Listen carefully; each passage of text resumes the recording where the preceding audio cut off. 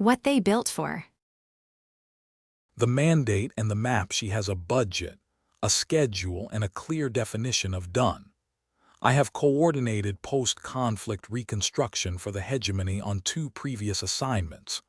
The methodology is the same each time. You assess the damage. You establish priority categories: water, power, roads, communications, in that order, adjusted for local conditions. And you build to the minimum functional standard that allows civilian reoccupation. You do not exceed the minimum functional standard. You do not add features that were not present before the conflict. You restore what was. You do not improve. Improvement is for development programs, which are a separate budget and a separate office. District 7 Naran in the 7th sector had been a residential and light commercial zone of approximately 40,000 inhabitants. The hegemony's orbital strikes had targeted the infrastructure nodes: power distribution, water treatment, communications routing, and had achieved approximately 70% structural destruction across the residential grid. The human population had evacuated to a regional displacement center 18 months prior. I arrived with a survey team and spent the first week on damage assessment. What I found: standard pattern for a targeted infrastructure strike. Roads 42% unusable, 18% damaged but repairable. Water system, main lines intact, distribution network 70% compromised. Power, generation capacity intact, transmission grid destroyed. Communications, complete loss. I produced a reconstruction map. I listed the materials required, the contractor resources available through the joint reconstruction agreement, and the estimated timeline: 14 weeks to minimum functional standard. I submitted the map to the Reconstruction Authority for approval. I began contracting. The second week, the work started. In the third week, the community liaison for the returning population, a woman named Hannah Brandt, who had administered the displacement center for the duration of the conflict, asked me about the old rail line. The rail line had run along the western edge of the district, elevated on a concrete berm that the strikes had partially collapsed. The rail service itself had been discontinued before the conflict, the tracks removed. The berm was a ruin, broken concrete, overgrown, stretching for approximately 900 meters along the district's western boundary.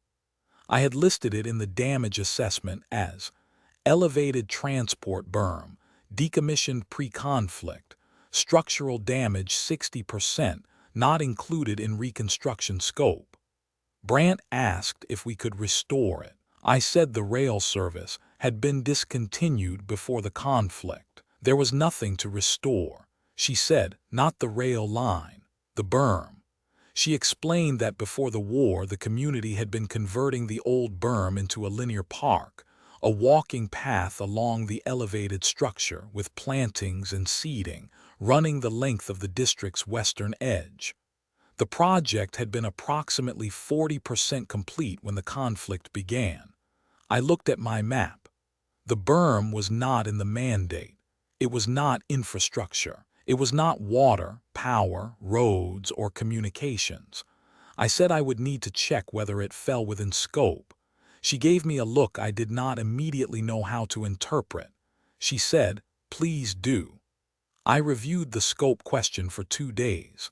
The berm was not in the mandate. The mandate said, "Restore functional infrastructure." The berm was a decommissioned transport structure that had been in the process of being converted to recreational use before the conflict. It was not functional infrastructure under any standard definition. However, the collapsed sections of the berm were, in fact, a structural safety concern. Broken concrete on an elevated structure adjacent to a residential zone was a liability. Leaving it in its current state was defensible only if we fenced the entire perimeter, which would require materials and labor. and maintained that fencing indefinitely, which was someone's ongoing cost. Repairing the berm to structural soundness was cheaper than long-term perimeter fencing. This was true. I had run the numbers.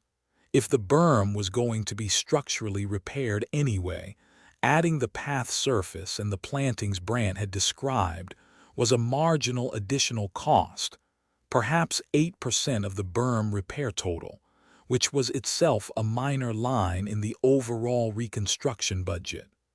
I filed the authorization. I listed the justification as structural safety remediation, elevated berm, adjacent residential zone, recreational conversion of remediate surface, marginal cost, community liaison request. I sent the authorization to the Reconstruction Authority. They approved it in 24 hours without comment. I told myself I had approved it because of the safety numbers. This was not entirely false. Unauthorized additions. Each one needs a reason. She keeps finding them. In the 5th week, Brant brought me a proposal for a fountain. The center intersection of District 7 Narration was where the main commercial street met the primary residential avenue. Before the conflict, Brant explained, there had been an ornamental water feature at the intersection center, a circular basin with a low fountain, surrounded by seating. The strikes had destroyed it completely. Not a structural remnant remained. The water main running beneath the intersection was on the reconstruction list. We were going to be digging up that intersection anyway. Brant said, "When you dig it up, could we install a new fountain connection point?" I said. The mandate was for functional infrastructure, not ornamental water features. She said, yes, she understood that. She was asking. I looked at the intersection on my map. It was the center of the district, the point where the returning population would, once resettlement was complete, pass most frequently. A center intersection without any gathering point was, by urban planning principles I was familiar with, a less functional intersection. Gathering points reduced pedestrian conflict, organized foot traffic, provided orientation landmarks. This was true. It was not the main reason I was considering it. I said, a fountain connection point adds minimal cost to an intersection excavation already planned. I would need the community to source the fountain installation through the local contractor pool. The Reconstruction Authority could not fund ornamental features directly. Brant said the community had funds. They had been collecting donations at the displacement center for 18 months. I said I would file the infrastructure hookup as a utility connection, which it was. It was a water connection, and the fountain itself could be installed under the community's own authorization. She gave me the same look as before. She said, "Thank you."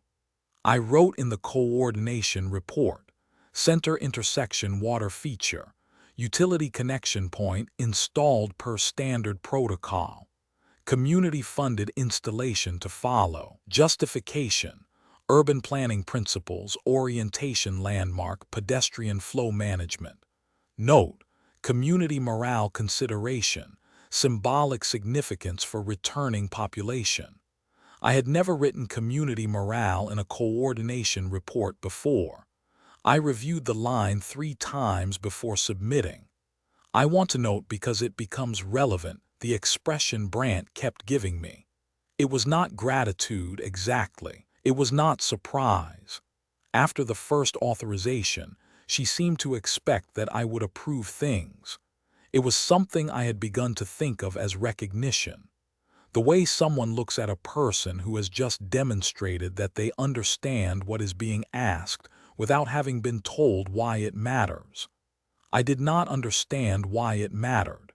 I understood the individual justifications, the safety argument, the urban planning principles, the marginal costs, and the utility connections. Each justification was accurate.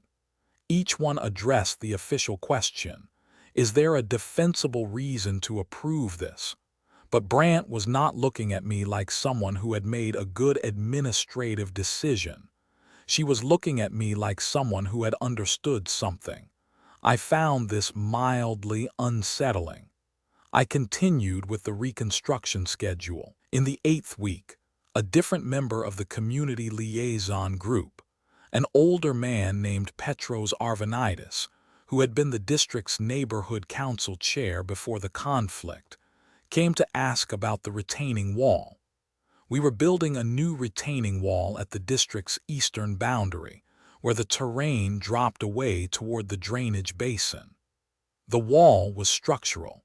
It was holding a slope that the bombardment had destabilized. It was going to be approximately 200 meters long, 2.5 meters high, poured concrete. Arvanitis asked if the community could carve into the wall. I asked, "Carve what?" He said, "Names. The names of everyone from the district who had died in the conflict." The community had compiled the list. They had been working on it for months at the displacement center. There were 412 names. I looked at the wall on the plans. It was a retaining wall. It was structural. Carving into finished concrete was sometimes done for aesthetic purposes on public infrastructure. It was not unusual as a practice. I did not have a justification. I asked him, what authorization category would he like me to use?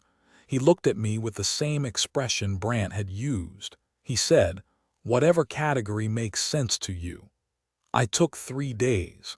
At the end of 3 days, I wrote in the coordination report, "Eastern Retaining Wall, Community Commemorative Carving Approved. Justification, Public Infrastructure, Community Engagement, Long-Term Civic Identification with District." This was accurate in the way that the other justifications had been accurate.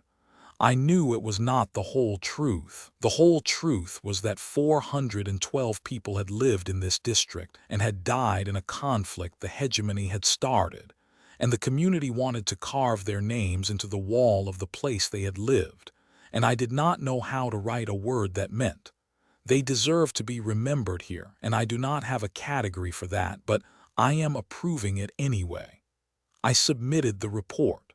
I moved to the next item. In the 10th week, Brant came to ask about the playground. The primary school was on the reconstruction list. It was an essential community facility, Category 2 priority. The school building itself was 60% intact. We were repairing the structure, the utilities, the roof. The original school had had a play area adjacent to the main building, a dedicated outdoor space with equipment for young children. The strikes had destroyed the play equipment. The concrete base remained. Brant asked if we could include playground equipment in the school restoration. I looked at my mandate. The mandate said, "Restore functional infrastructure." A school was functional infrastructure.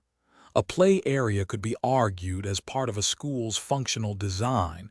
Outdoor physical activity was documented in human developmental research as essential to child educational outcomes. I said, "Yes, approved." I did not take 3 days. I did not write an elaborate justification. I wrote primary school, outdoor educational area restored per community design. Justification, educational facility function. Brant looked at me. This time her expression was different from the others. She said, "You approved that fast." I said, "Yes." She said, "Why?"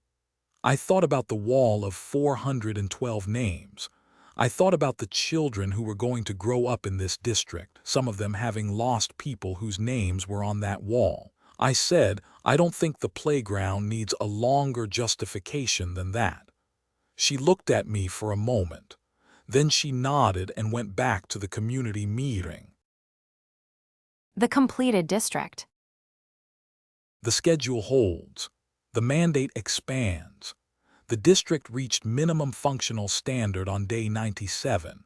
Water, restored, full distribution network tested and certified. Power, restored, transmission grid rebuilt, residential connections complete. Roads restored all major arteries usable, secondary network at 85%. Communications restored, full coverage confirmed. 2 days later, the first returning families arrived. I was there for the first day of resettlement, which was standard practice for a final site inspection. I walked the district in the morning before the arrival convoys to confirm the infrastructure status. The inspection took longer than I had planned. The berm path was finished, the concrete repaired, a surface of compressed gravel added, planting beds installed along the southern-facing edge, seeding at intervals. It was not elaborate, but it ran the full 900 meters, and from the highest point of the elevated section you could see across the district to the mountains on the eastern horizon. I stood there for a few minutes. The fountain at the center intersection had been installed by the community contractors the week before, a simple basin, lower than the original, with a low-flow recycling pump. When I passed it during the inspection, it was running. The sound of moving water in an empty district was unexpectedly distinct. The wall had been carved over 6 weeks by a rotating group of community members, working in shifts at the displacement center. They had come, in groups of 3 or 4, to work on the lettering. The carving was not uniform, different hands, different depths.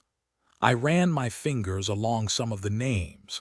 The unevenness was noticeable. It was the only part of the reconstruction that looked like it had been done by people who cared about it specifically, rather than by contractors working to specification. The school playground was painted in the children's section. The community had added colors to the base concrete that were not in the technical specs. I had not known they were going to do that. It was not in any authorization. I stood in the schoolyard for a while, looking at the colors. The final coordination report was 16 pages, 2 pages longer than my previous reports. The additional 2 pages contained a section I had never written before, Community Integration Notes. In it, I wrote, the district had been restored to functional infrastructure standard within the mandated timeline and within the allocated budget, with minor overruns in the Community Liaison Coordination category, offset by savings in materials procurement. I wrote the technical summary, and then I wrote something else. I wrote, the community had requested and received authorization for 4 additions to the standard reconstruction scope: linear park conversion of the decommissioned rail berm, ornamental water feature at the center intersection, commemorative carving on the eastern retaining wall, an outdoor educational area at the primary school. Each addition was authorized under categories within the existing mandate framework, at marginal additional cost. Total additional expenditure, approximately 3% above baseline. I wrote, I had found in the course of this assignment that my standard authorization categories were insufficient to capture the justification for each of these additions. The technical justifications were accurate. They were not complete. What I wrote next I had not planned to write. I wrote, the additions the community requested were not improvements to the district's function in the standard sense. They were statements about what the district was for. The community knew what they were rebuilding and why, not just to minimum functional standard, but to the standard that allowed the people who lived there to recognize it as a place worth living in. The distinction between these 2 standards is not one I had previously considered within the scope of a reconstruction mandate. I reviewed that paragraph twice. I left it in. The Reconstruction Authority approved the final report without comment. They noted, in the approval confirmation, that District 7 Narration had been completed on schedule and within parameters. On the day the population returned, I stood at the corner of the center intersection and watched the first families arrive. A group of children ran immediately to the fountain and began trying to put their hands in the water. An older woman walked directly to the retaining wall and stood in front of it for a long time, not moving. Brant found me at the corner and stood next to me. She said, "Thank you for the approvals." I said I had found defensible justifications for each one. She said, "I know, that's not why I'm thanking you." I thought about this on the transit home. She was thanking me for something I had not been able to name in the report, in any of the reports. Something that was not the berm or the fountain or the wall or the playground individually, but all of them together, and what they meant about what she had been asking me to understand. I approved them because I could find defensible reasons. I know that now is not the whole truth either. I think I approved them because somewhere in the third week, standing in a ruined district with a community liaison who was cataloging what her people needed before they came home, I had begun to understand what they were building and why, and it had seemed wrong not to help. I still don't have a word for it. I've filed my report.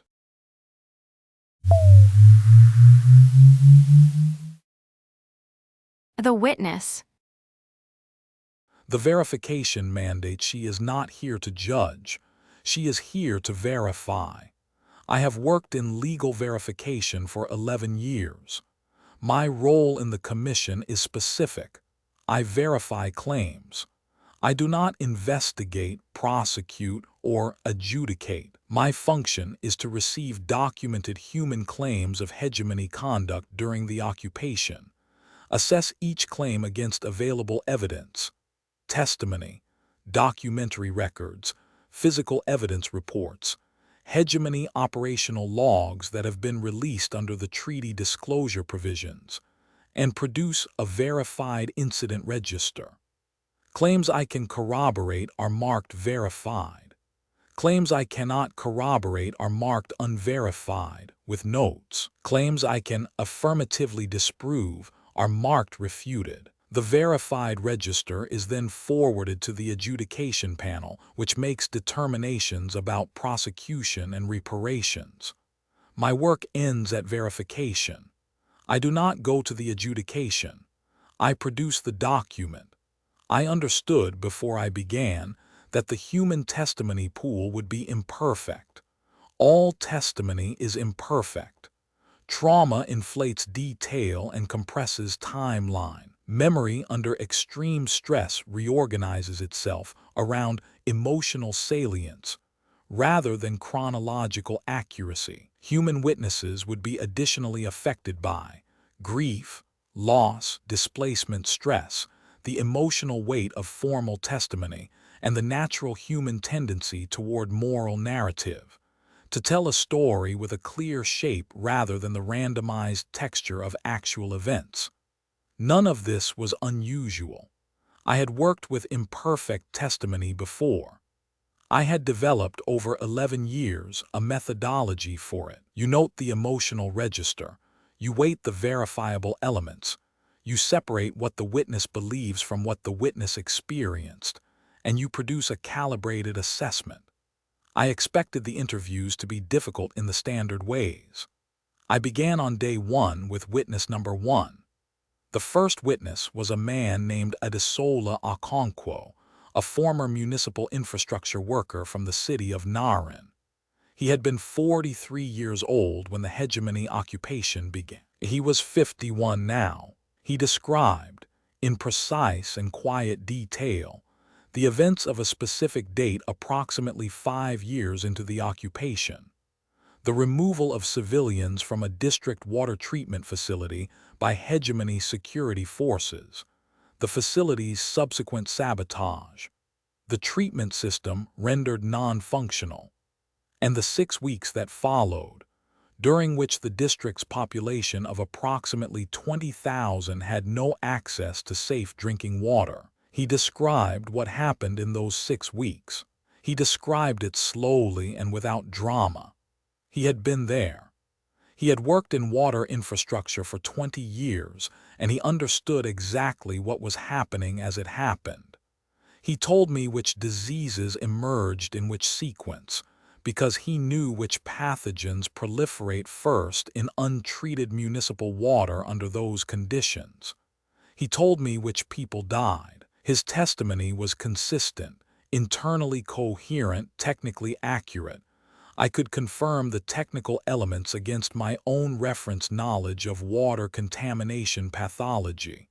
His emotional register was low. He was not performing grief. He was recounting. I thanked him. I noted the incident. I cross-referenced against the operational logs that had been released. The facility sabotage was documented. The date was confirmed. I marked the incident verified and moved to the next item. I sat in the interview room for a few minutes before calling witness number 2. By the end of the first month, I had interviewed 62 witnesses. My methodology was holding.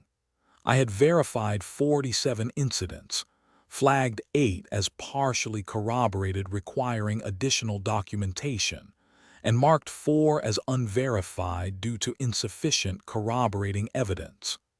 This was a verification rate that, had I been tracking it as a statistical measure, would have seemed high. 47 out of 59 attempted verifications, approximately 80%, was above the expected rate for trauma testimony gathered this far after events.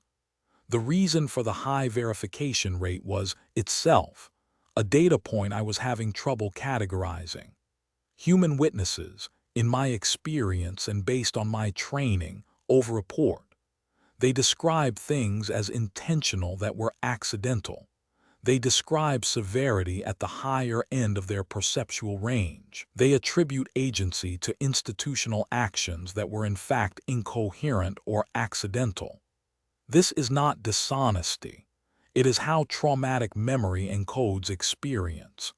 The witnesses I was interviewing were not doing this. Witness after witness described events with a precision that made corroboration easy, not because they were rehearsed, but because they had been present and attentive, and had thought about what they had seen for years since. Several of them qualified their own accounts unprompted, said, "I did not see this directly. This is what I was told.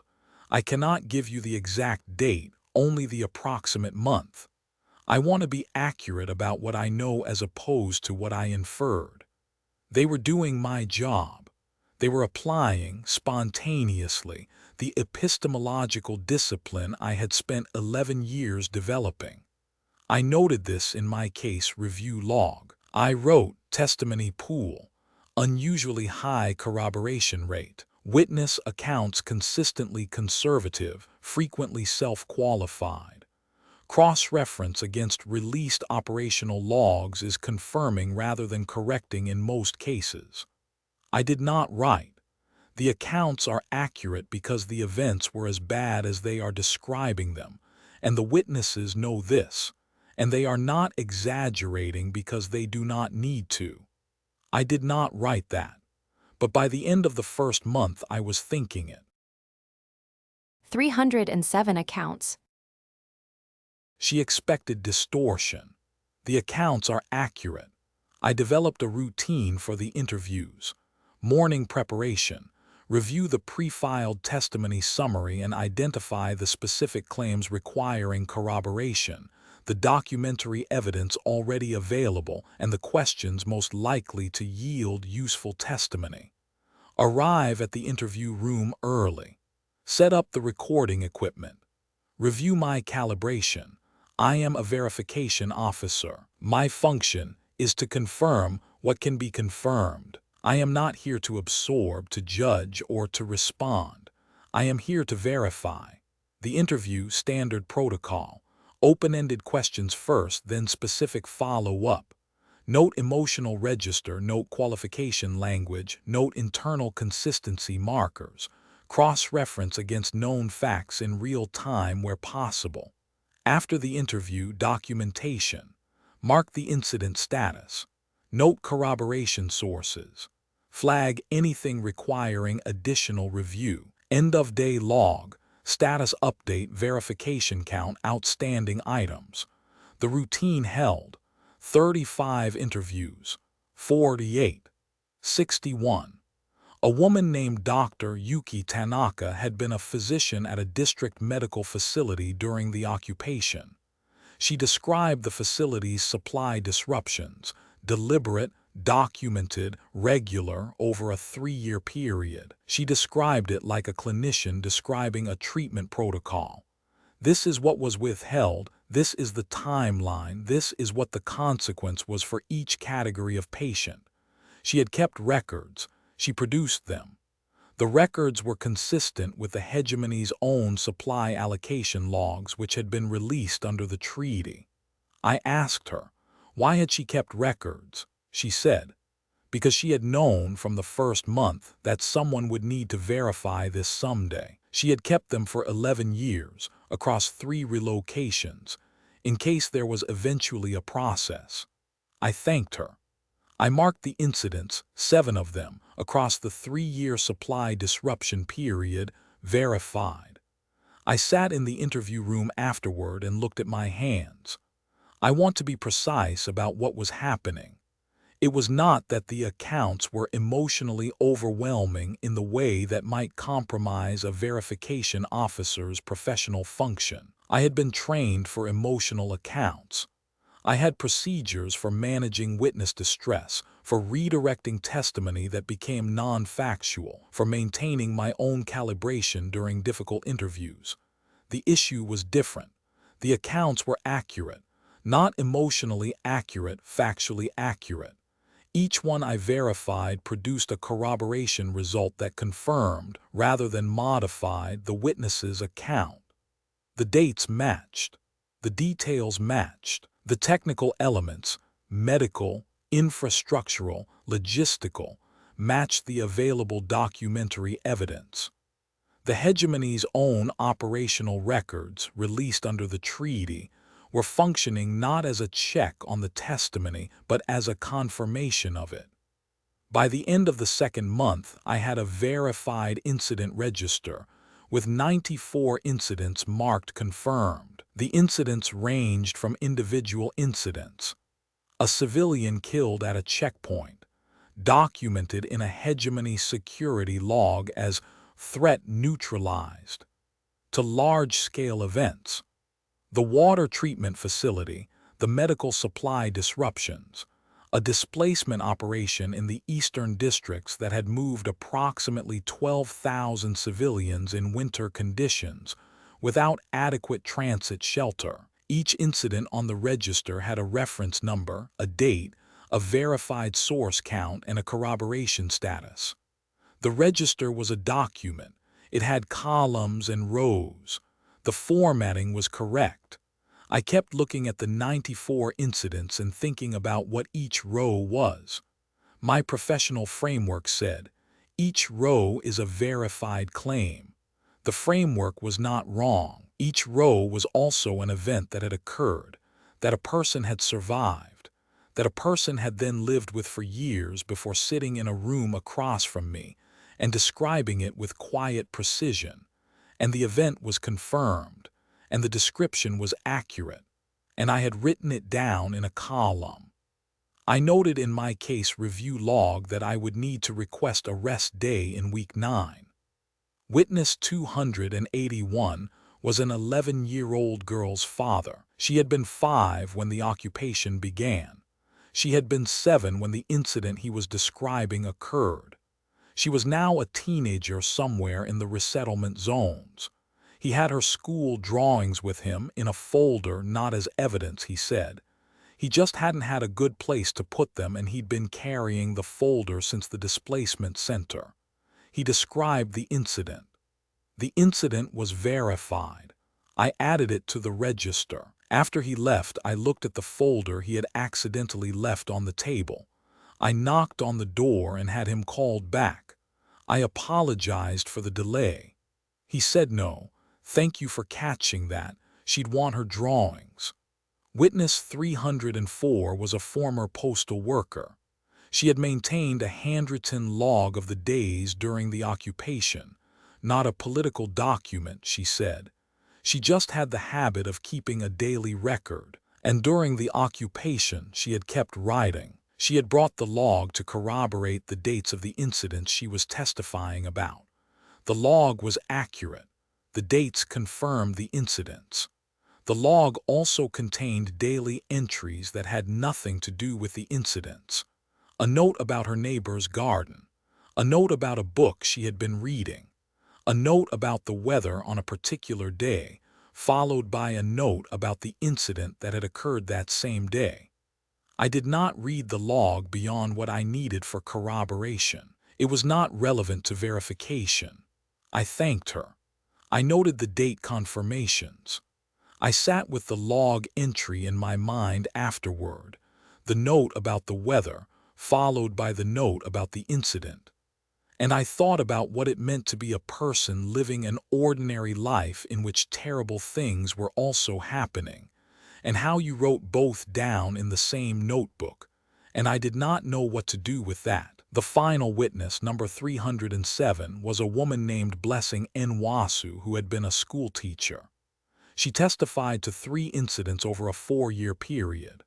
Her account was precise, detailed, and internally consistent. All 3 incidents were corroborated by documentary evidence released under the treaty. I thanked her. She said, "Was there anything else?" I said, "No, that was everything I needed." She said, "Can I ask you something? Not for the record." I said, "Yes." She said, "Do you think it will matter, the report?" I thought about the 90 days, the 307 witnesses, the verified register which now contained 218 incidents. I thought about the correct columns and the corroboration status codes and the precise, quiet way so many of them had told me what they had seen. I said, "I don't know." The report goes to the adjudication panel. The adjudication panel makes the determinations. That's outside my area. She said, "I know, I was asking something different." I thought about what she was asking. I said, "I think it's an accurate record. I think the record matters." She looked at me for a moment. Then she said, "Thank you." She left. I sat in the interview room for a long time. The report and the request. The report is filed. The officer requests reassignment. I wrote the final report on day 91. I had all the materials I needed. 90 days of interview notes organized by witness number. The verified incident register which I had maintained in real time throughout the process. The corroboration source index, hegemony operational logs, documentary evidence, cross-reference maps for multi-witness incidents. The methodology documentation, which I had updated at each phase. The report organized these materials into a standard verification format. Executive summary, methodology, findings, incident register, source index, recommendation. I wrote through the morning and into the afternoon. The sections took shape in the order I had planned. The language was precise. The incidents were listed in the register in the standard format. Reference number, date, category, verification status, corroboration sources. 218 incidents verified. 14 incidents partially corroborated, flagged for additional documentary review.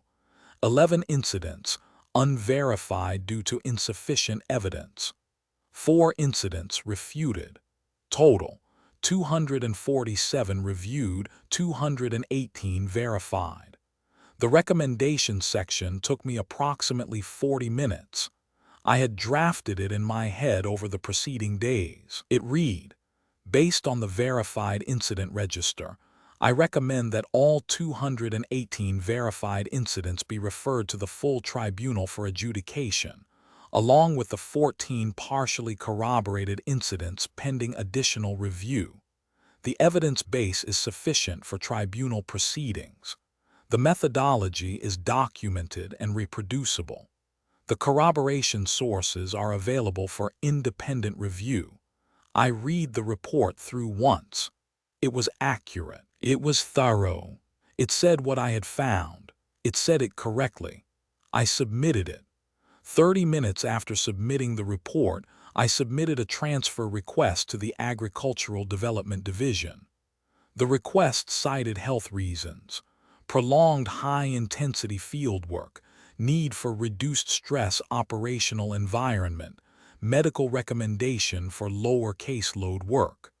This was, as far as it went, accurate. I had been experiencing sleep disruption since approximately day 45 of the interview period. I had reduced my daily intake during the third month because food felt complicated in ways I did not fully understand. The health reasons were real. They were not the primary reason for the request. I did not know how to write the primary reason. My supervisor approved the transfer within 24 hours. She did not ask for additional documentation. She did not ask about the health reasons. She noted in the approval that my work on the commission had been exemplary and that the transfer was approved with commendation. She did not ask why. I do not think she needed to ask. I think she looked at the 412-page report and the 44-day turnaround and the 218 verified incidents, and understood that the question she was not asking had something to do with all of those numbers. She has been in the verification division for longer than I have. She knows what the numbers mean. I packed my materials from the field office on day 93. The interview room had already been cleared. The walls were bare. I stood in the room for a few minutes. I have thought about what Blessing Nwasu asked me, whether the report would matter. I told her I didn't know. I told her the record matters. I still think the record matters. I think the 218 incidents in the verified register are now a formal part of the historical documentation of the conflict, and the adjudication panel will do what they do, and whether that is sufficient or insufficient is a determination that is, as I told her, outside my area. The record exists. I verified it. That is my function. I completed my function. I am going to grow things for a while.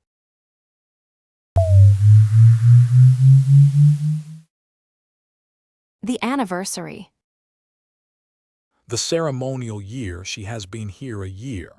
She knows the protocols. I have attended 43 formal human ceremonies since my assignment as ambassador to Earth. This is more than any previous hegemony diplomat in an Earth-adjacent posting. My predecessor had attended 9 in an 8-month tenure before the ceasefire changed the nature of the assignment. The volume reflects both the pace of diplomatic normalization and my own methodology. I attend everything I am invited to, even events for which attendance is optional.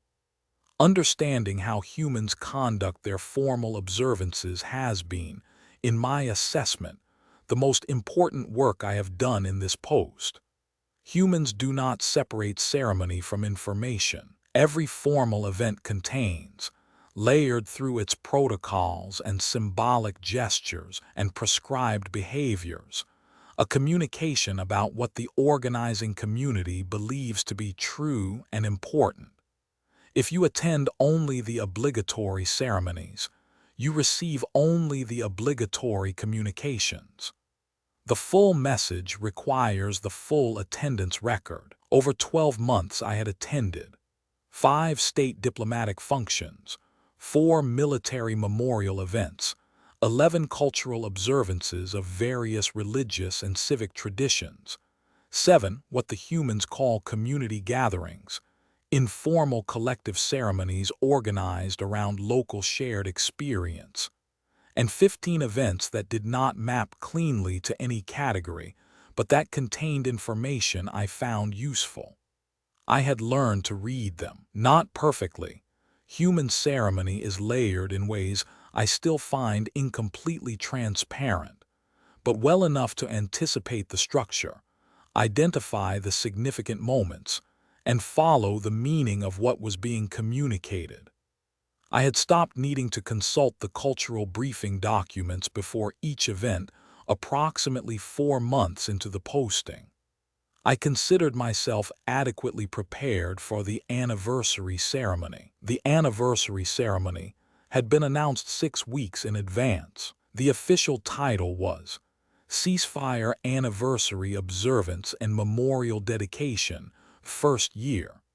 It was to be held at a newly constructed memorial site on the outskirts of the capital, a site that had been under construction for most of the year. I had driven past the construction several times. The site was large, a formal plaza with a central structure, surrounded by a garden area that had been planted over the course of the year and was now, based on the last time I had passed it, fully established. I received a briefing from the cultural attaché. The ceremony would involve formal speeches from human government officials, a musical program of traditional pieces associated with remembrance, a moment of silence observed collectively, and the official dedication of the memorial, which, the briefing noted, would include a public viewing of the memorial structure for the first time, the structure having been kept covered until the dedication. I noted the dedication element. New memorials were always significant. What a community chose to commemorate, and how, contained more information about their values than almost any other formal communication. I prepared my standard observation framework. Note the structure and sequence of the ceremony. Note the symbolic elements and what they appear to reference. Note the emotional register of the assembled human community. Note any significant departures from expected protocol. I would then prepare a ceremonial attendance report, as I did for all 43 ceremonies I had attended. I attended the anniversary ceremony on the designated morning. The monument. The ceremony is expected. The monument is not. The ceremony proceeded as briefed. The site was arranged with a central plaza, the memorial structure covered with a pale cloth, and a curved arrangement of seating for the approximately 3,000 attendees. The human diplomatic and government officials occupied a dedicated section. I was seated in the diplomatic section, along with representatives from 6 other species, currently in normalization discussions with the human government. The opening remarks were delivered by the Deputy Administrator for Reconstruction, a man named Tobias Ferreira, whom I had met previously at a state function. His remarks covered the year since the ceasefire, what had been accomplished, what remained to be done, the human government's stated commitments to the ongoing normalization process. His tone was measured, not celebratory, which I had anticipated. First anniversaries of ceasefires are not celebrations. They are something more complicated. Acknowledgement that something very bad has ended, mixed with full awareness that the ending does not undo the thing. I had learned this distinction over my year of attendance. The hegemony does not observe this type of ceremony. We do not have a formal category for collective remembrance of conflict that does not frame the conflict as either triumph or failure. The human approach, which seems to hold conflict as a fact to be acknowledged rather than a story to be resolved, required several months of attendance before I began to understand it. The musical program followed, 3 pieces, performed by an ensemble of human musicians. The second piece was one I had heard at a previous memorial event. It was apparently traditional to this type of occasion, though I did not yet know its name or origin. The third piece was new to me. The assembled humans seemed to know it. Several of them were crying before it ended. The moment of silence was observed. 3 minutes, the duration announced in advance, during which the assembled 3,000 people made no sound. I have attended 2 previous events with collective silences. It is still, after 3 experiences, one of the human ceremonial behaviors I find most difficult to describe. Not because it is complex, but because the description, 3,000 people making no sound together, does not capture what it is like to be in the space when it is happening. I noted it and moved to the next element, the dedication. The covering was removed from the central structure at the midpoint of the ceremony. The structure was stone, a large curved wall, approximately 4 meters high and 30 meters long at its outer arc, faced in a pale gray material I later confirmed was a locally quarried granite. The face of the wall was carved. I was seated at a distance that prevented me from reading the carving immediately. I noted its presence, its scale, and the reaction of the assembled humans, many of whom stood from their seats as the covering fell, and many of whom were immediately weeping. The ceremony continued. There were more remarks. There was a final musical piece. I was, during this portion of the ceremony, partially distracted by what I had seen on the wall, which I needed to approach more closely to understand. After the formal proceedings concluded, the assembled attendees moved toward the wall. I followed. The wall was carved with names. This I had expected. Memorial walls at human sites typically list the names of the people they commemorate. What I had expected was a list of human dead. The wall listed both. On the left half of the curved face, human names. The full count of human dead from the conflict as officially documented. On the right half, hegemony names. The full count of hegemony casualties as documented in the treaty's official loss records.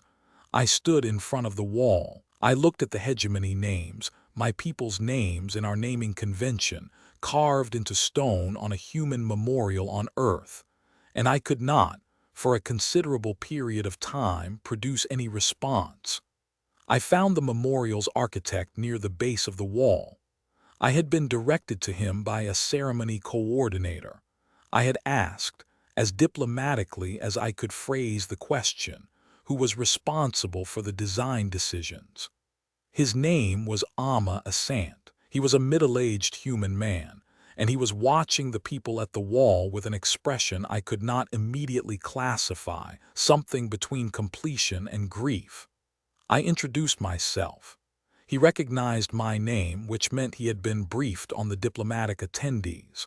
I said, I wanted to ask about the design, specifically the inclusion of hegemony names on the human side of the monument. He looked at me for a moment and then back at the wall. He said, we thought you'd want to know where they are. I said, I don't understand. He said, you're dead from the conflict. Their remains were returned in the treaty exchanges, most of them, but the record of where they fell and when and alongside whom those records are here. They were made here. We thought, he paused, looking for words. They are part of the place, part of what happened in this place. It seemed wrong to leave them out. And if your families ever wanted to come, if that's something that happens someday, they'd know this is where the record is. I said, your memorial includes the names of the people who killed your people. He was quiet for a moment. He said, our memorial includes everyone who died in a war that happened here. It's not the same thing. I stood at the wall for a long time after Asant moved away to speak with other attendees. I looked at the human names on the left half. I did not try to count them. The count was in the briefing materials and I already knew it.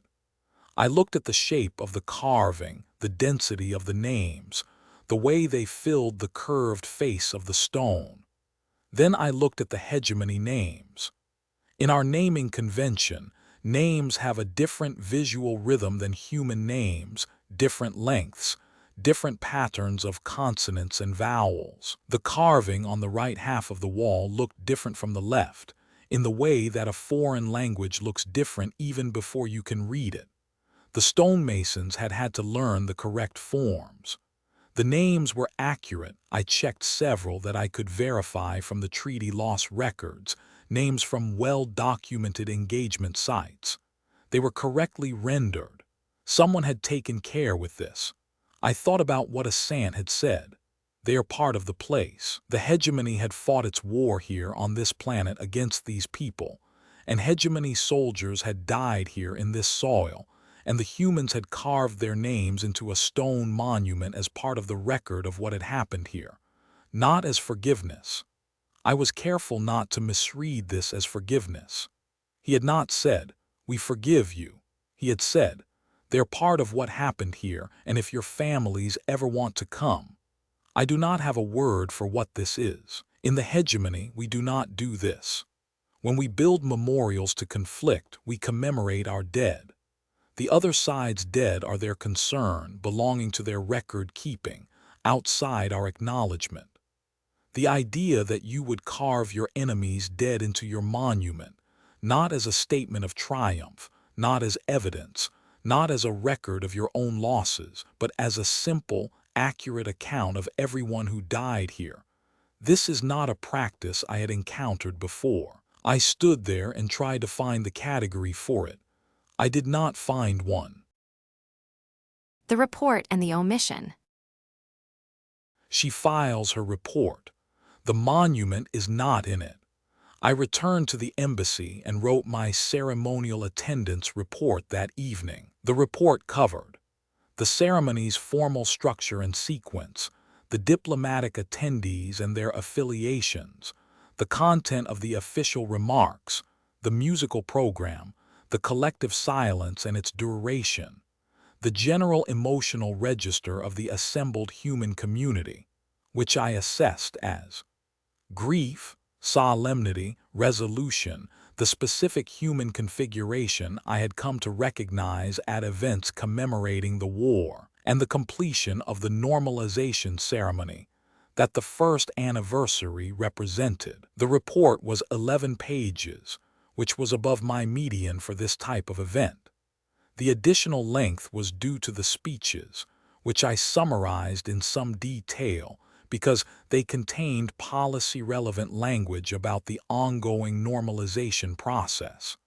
I noted the attendance of the other diplomatic missions and their representatives' apparent reactions. I noted the musical program and the collective silence.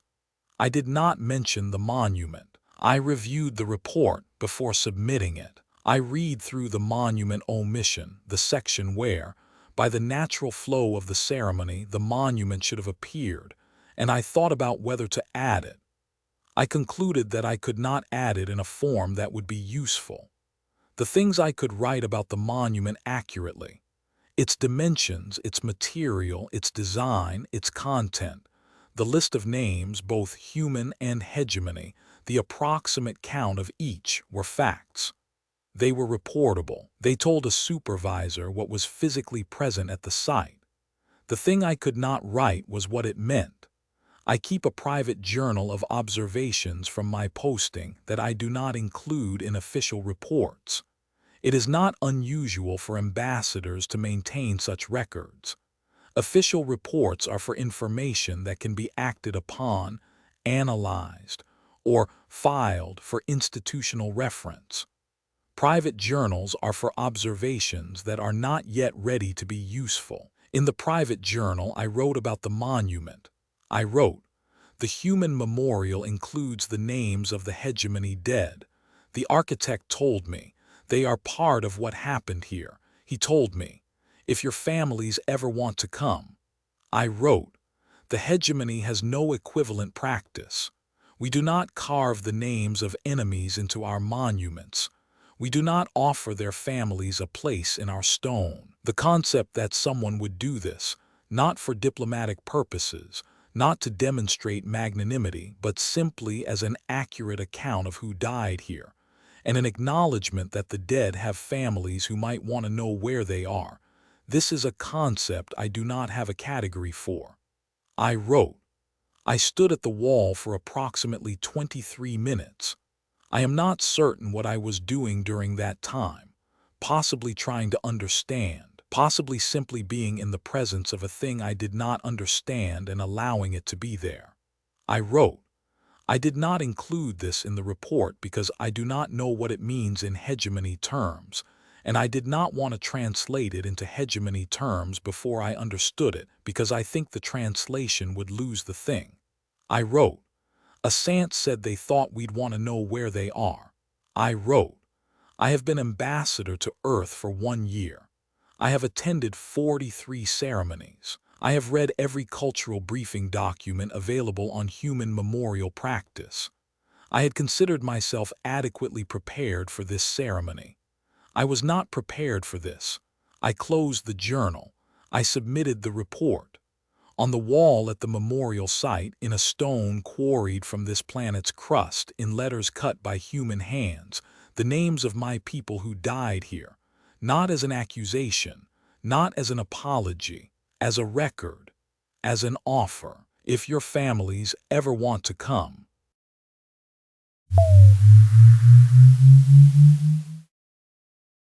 The last lesson. The observation framework, he has a methodology. He has 17 points. I have conducted educational observation programs on 4 previous planetary assignments for the Hegemony Cultural Exchange Program. My role is specific. I observe how a given educational system transmits cultural values, civic ideology, and behavioral norms to young members of the society. I do not evaluate curriculum quality. I do not assess pedagogical effectiveness. I identify the ideological content embedded in educational practice, the assumptions encoded in what is taught, how it is taught, the behaviors that are rewarded and the behaviors that are discouraged, the stories that are told about the society and its place in the larger world.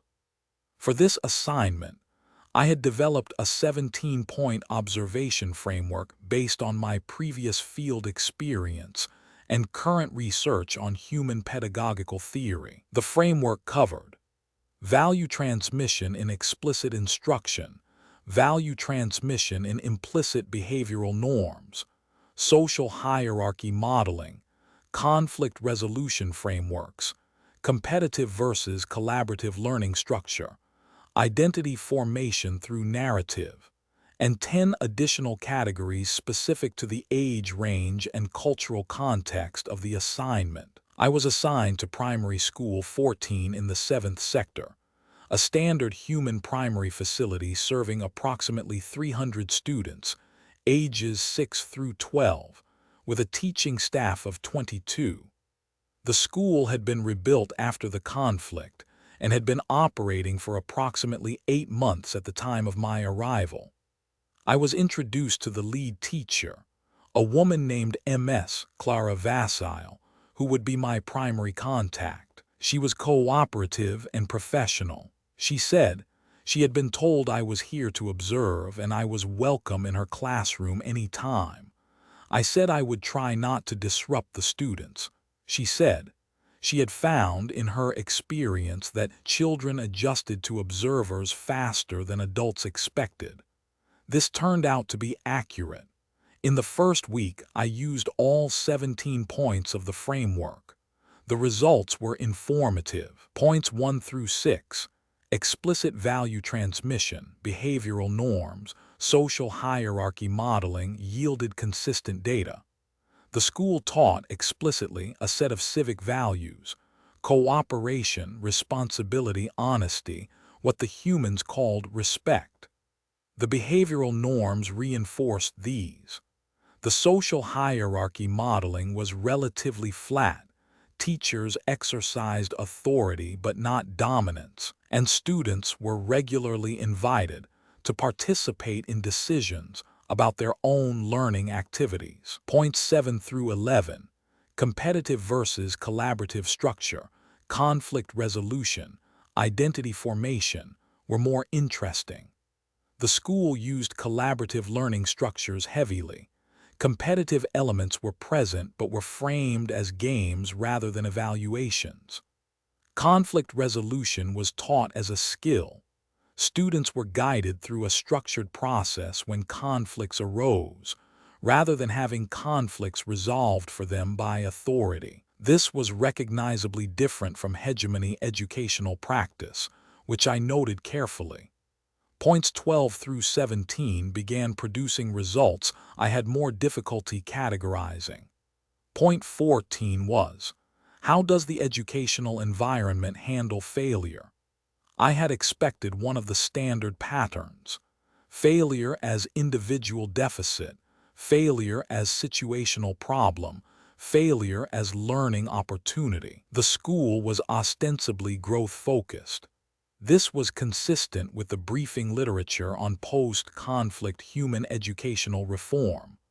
What I was observing in the classroom was something that did not cleanly match any of the three patterns. When a student failed at a task, MS, Vassile's response was neither to grade the failure, nor to reframe it as effort, nor to label it a learning opportunity. She simply asked the student questions, not leading questions, with correct answers embedded, open questions. She seemed genuinely interested in how the student had thought about the problem, irrespective of whether the answer was right. I noted, point 14, unclear categorization. Continue observing. By week 3, I had reviewed my observation notes and identified a consistent problem. The 17-point framework was producing data in approximately 11 of the 17 categories. The remaining 6 were producing either incomplete results or results I was marking as unclear categorization and flagging for follow-up. This was an unusually high rate of incomplete data for an observation program of this type. My previous 4 assignments had produced clear categorical data in 15 or 16 of the 17 points within the first 2 weeks. I reviewed my methodology. The framework itself was sound. I had used it successfully before on comparable age groups, and it was based on peer-reviewed educational assessment literature. The issue was not the methodology. The issue was that some of what was happening in the classroom was not ideological transmission in the sense the framework was designed to detect. MS. Vassile was spending a significant portion of the school day doing something I had not encountered in my previous 4 assignments and did not have a category for. She was listening to the students, not in the sense of receiving responses to her questions. Listening in a more basic sense, attending to what they said with interest, even when what they said was not relevant to the lesson, even when it was not correct, even when it took time that she could have used for other activities. A student had spent 20 minutes explaining correctly, as it turned out, why a particular subtraction problem could be solved in a different way from the one she had demonstrated. MS. Vassile had listened to the full explanation before saying, "Yes, that works. That's actually a more efficient method. Where did you figure that out?" The student had been proud in a way that the framework's category for reward structures did not fully capture. I opened a secondary observation notebook. I began keeping notes outside the framework. The 8 weeks. The framework is retired. The observer is still observing. In the 4th week, I made a methodological decision to retire the 17-point framework as an active observation instrument. This was professionally defensible. The framework was designed for ideological transmission analysis, and what I was observing was not primarily ideological transmission. Or rather, it was ideological transmission, but the ideology was transmitted through a medium. The framework had not been designed to assess. The framework could identify the content being taught. It could not capture the method. The method, as far as I could determine from 4 weeks of observation, was sustained genuine attention. This is a description that requires unpacking because it sounds simple and I do not think it is simple. MS. Vassile paid attention to the students in a way that I found difficult to categorize. not the professional attention of a teacher monitoring comprehension, not the evaluative attention of an assessor. Something that functioned more like each student was interesting to her specifically, and she was interested in what each one was doing. This produced effects in the students that I noted in the secondary notebook. A student named Liam, 8 years old, quiet, who had spent the first 2 weeks of my observation period mostly at the edges of group activities, began participating more actively in the 3rd week. After MS, Vasile had spent 15 minutes at lunch asking him questions about something he had drawn. By the 4th week, he was raising his hand in class discussions. By the 5th week, he was initiating conversations with other students about their projects. I had not seen this type of change in my previous 4 assignments. I had not had a framework category for it. I noted it in the secondary notebook and kept watching. In the 5th week, a student named Priya asked me a question. I had been sitting in my usual observation position at the back of the classroom when the class was working on a project about the solar system. Priya was 8 years old. She had been working on a model of the outer planets and had reached a point where she was not sure which of 2 conflicting sources was correct about the composition of one of the gas giants. She walked to where I was sitting and asked, "Do you know which one is right?" I said, I had some knowledge of human planetary science from briefing materials, but I was an observer, not a teacher.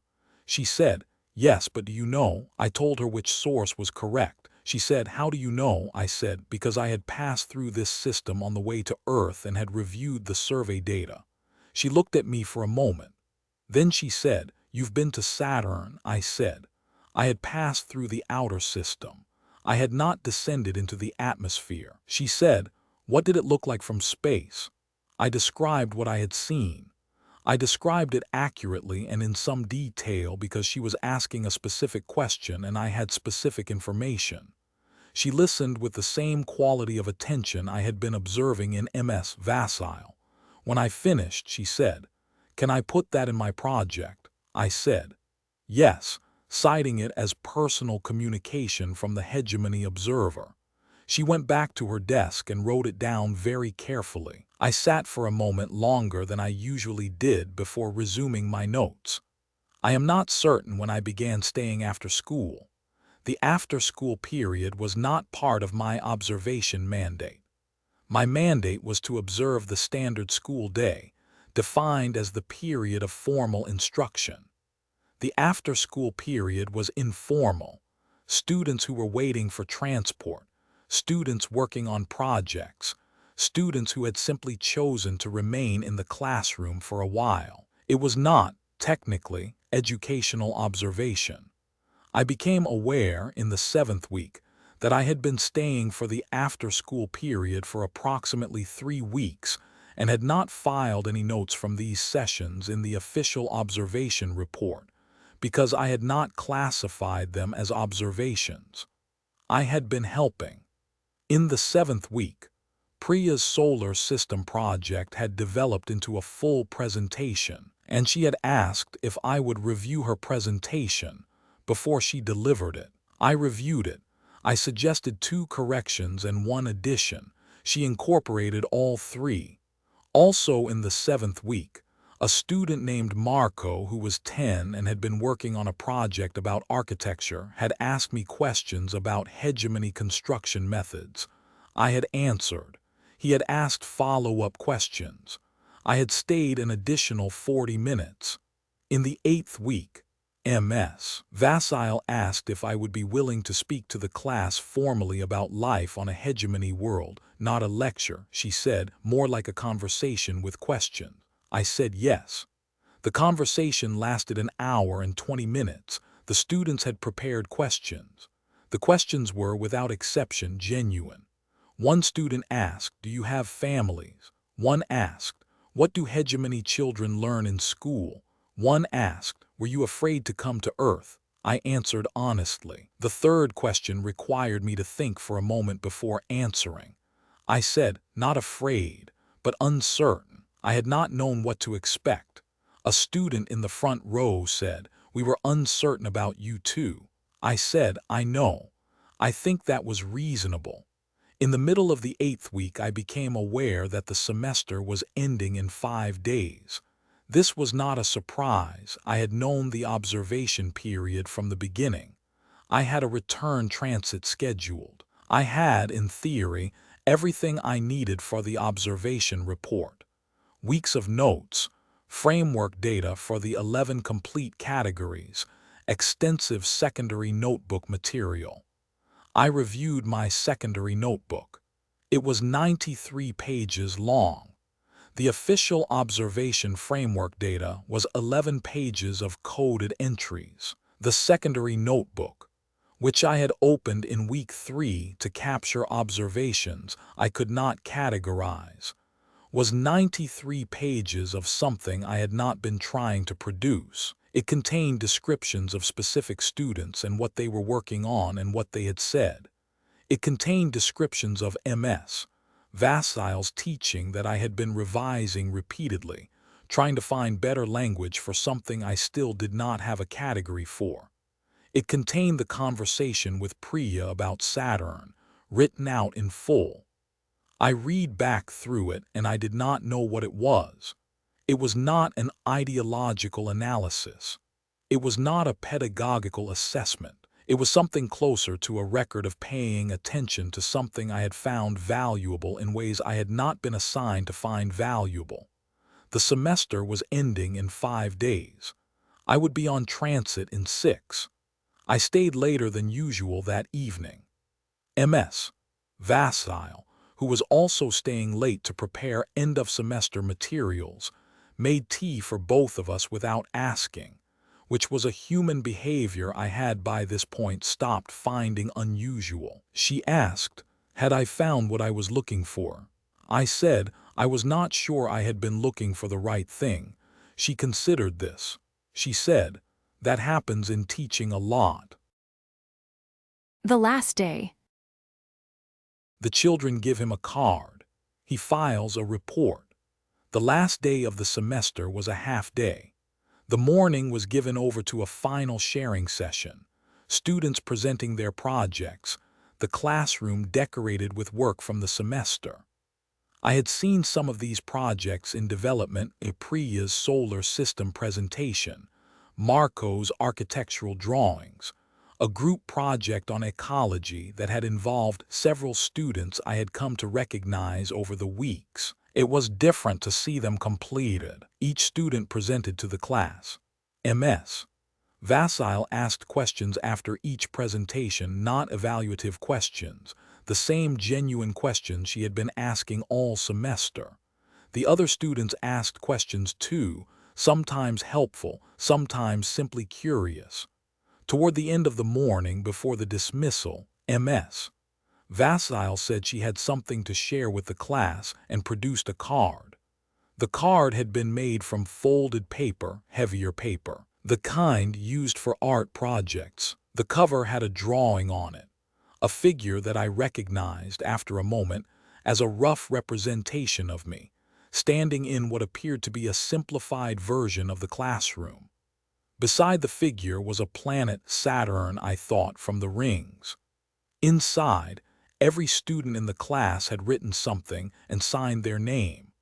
The handwriting ranged from the careful printing of the younger students to the slightly more developed script of the older ones. Some had written sentences. Some had written single words. Priya had written, "Thank you for telling us about Saturn. I used it in my project." Liam, who had been quiet at the edges of group activities when I arrived, had written, "I'm glad you came. I sat with the card for a longer time than was perhaps expected." MS. Vassile had told me when I arrived that children adjusted to observers faster than adults expected. She had been right about this. I was less certain that I had made the equivalent adjustment. That evening I wrote the observation report.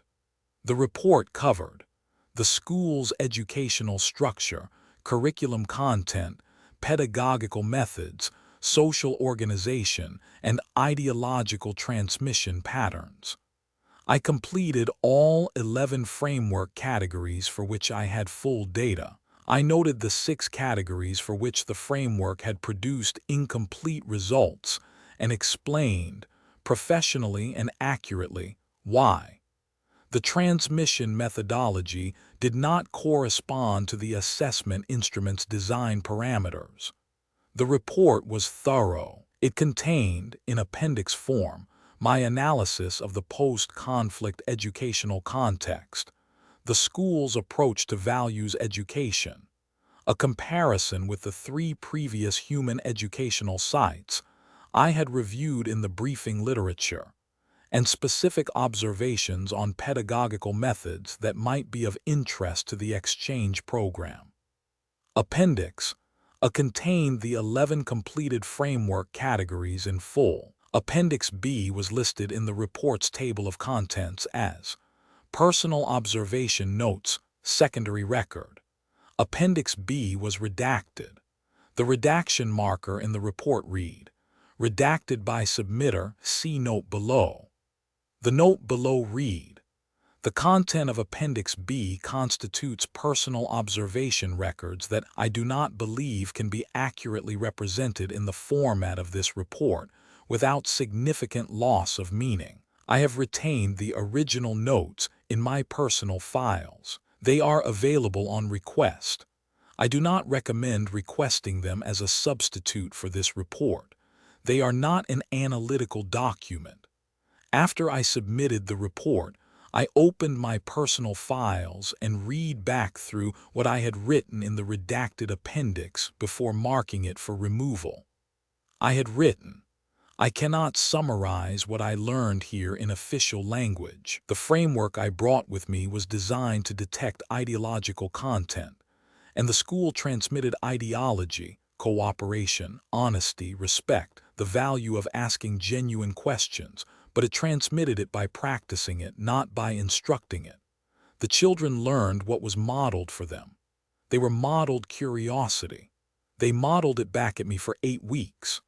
I had written, Priya asked me about Saturn because I was there and I knew something she wanted to know. Liam said he was glad I came. I do not have a framework category for what these things are. I have been a professional observer for 9 years. I do not know what to do with a card that a child made me. I had written, I am not sure I should try to put this in official language. I think something would be lost. I had written, I think I should come back. I closed the file. I put the card in my transit bag next to the secondary notebook. The semester was over. The report was filed. I did not know what to do with the rest of it. I think that might be the lesson.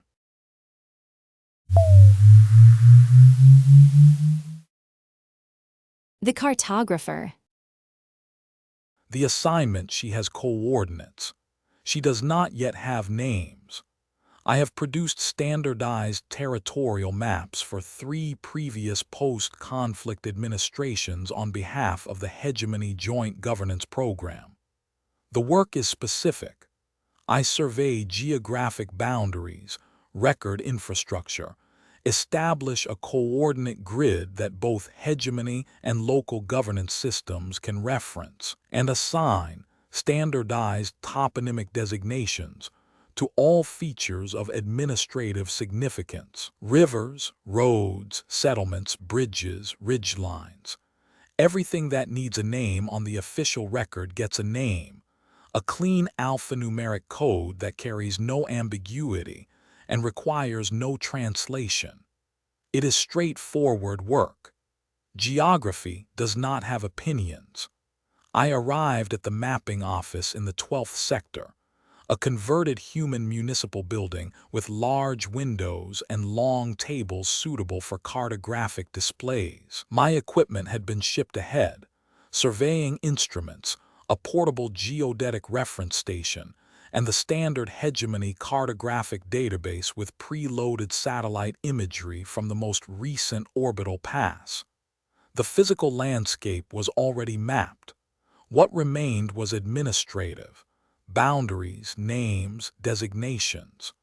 My human liaison was a man named David Muir. He was a civil engineer who had worked in the region's planning department before the conflict and had returned afterward. He was quiet, cooperative, and familiar with the local geography in the way that someone who had lived in a place for decades would be.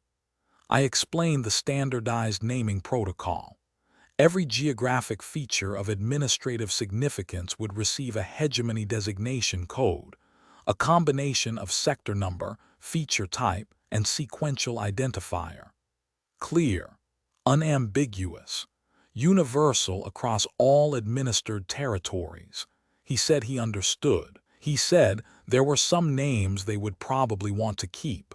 I told him the standardized codes were for the official administrative record. Local names could be retained for informal use. This was standard practice. He nodded. He said, yes, that was what he expected. We began with the eastern boundary of the sector. I worked from the satellite imagery, and David Muir provided ground-level verification, confirming which roads were still passable, which bridges had been rebuilt, where new settlement patterns had emerged since the conflict. It was efficient work. By the end of the first day, I had completed the preliminary grid for approximately 40% of the sector's eastern quadrant. Feature codes assigned, infrastructure cataloged, boundaries marked. On the second day, we reached a river crossing in the northeastern section. The satellite imagery showed a bridge, rebuilt, steel and concrete, structurally standard. I coded it, S12BRG0047. Sector 12, bridge, sequential number 47. David Muir looked at the designation on my display. He said, that's Henderson's Bridge.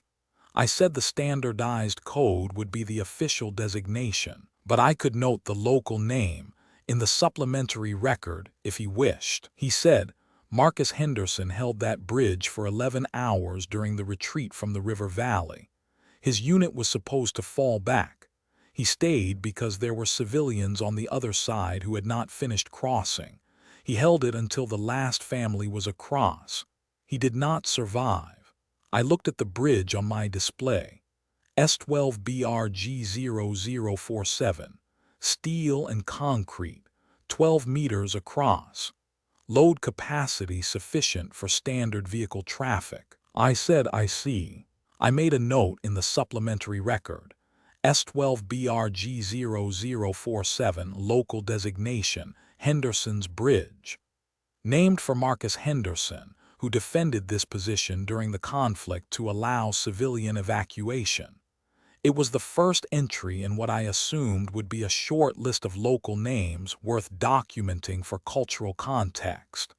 By the end of the first week, the supplementary record had 14 entries. By the end of the second week, it had 43. I had expected a pattern common to post-conflict territories.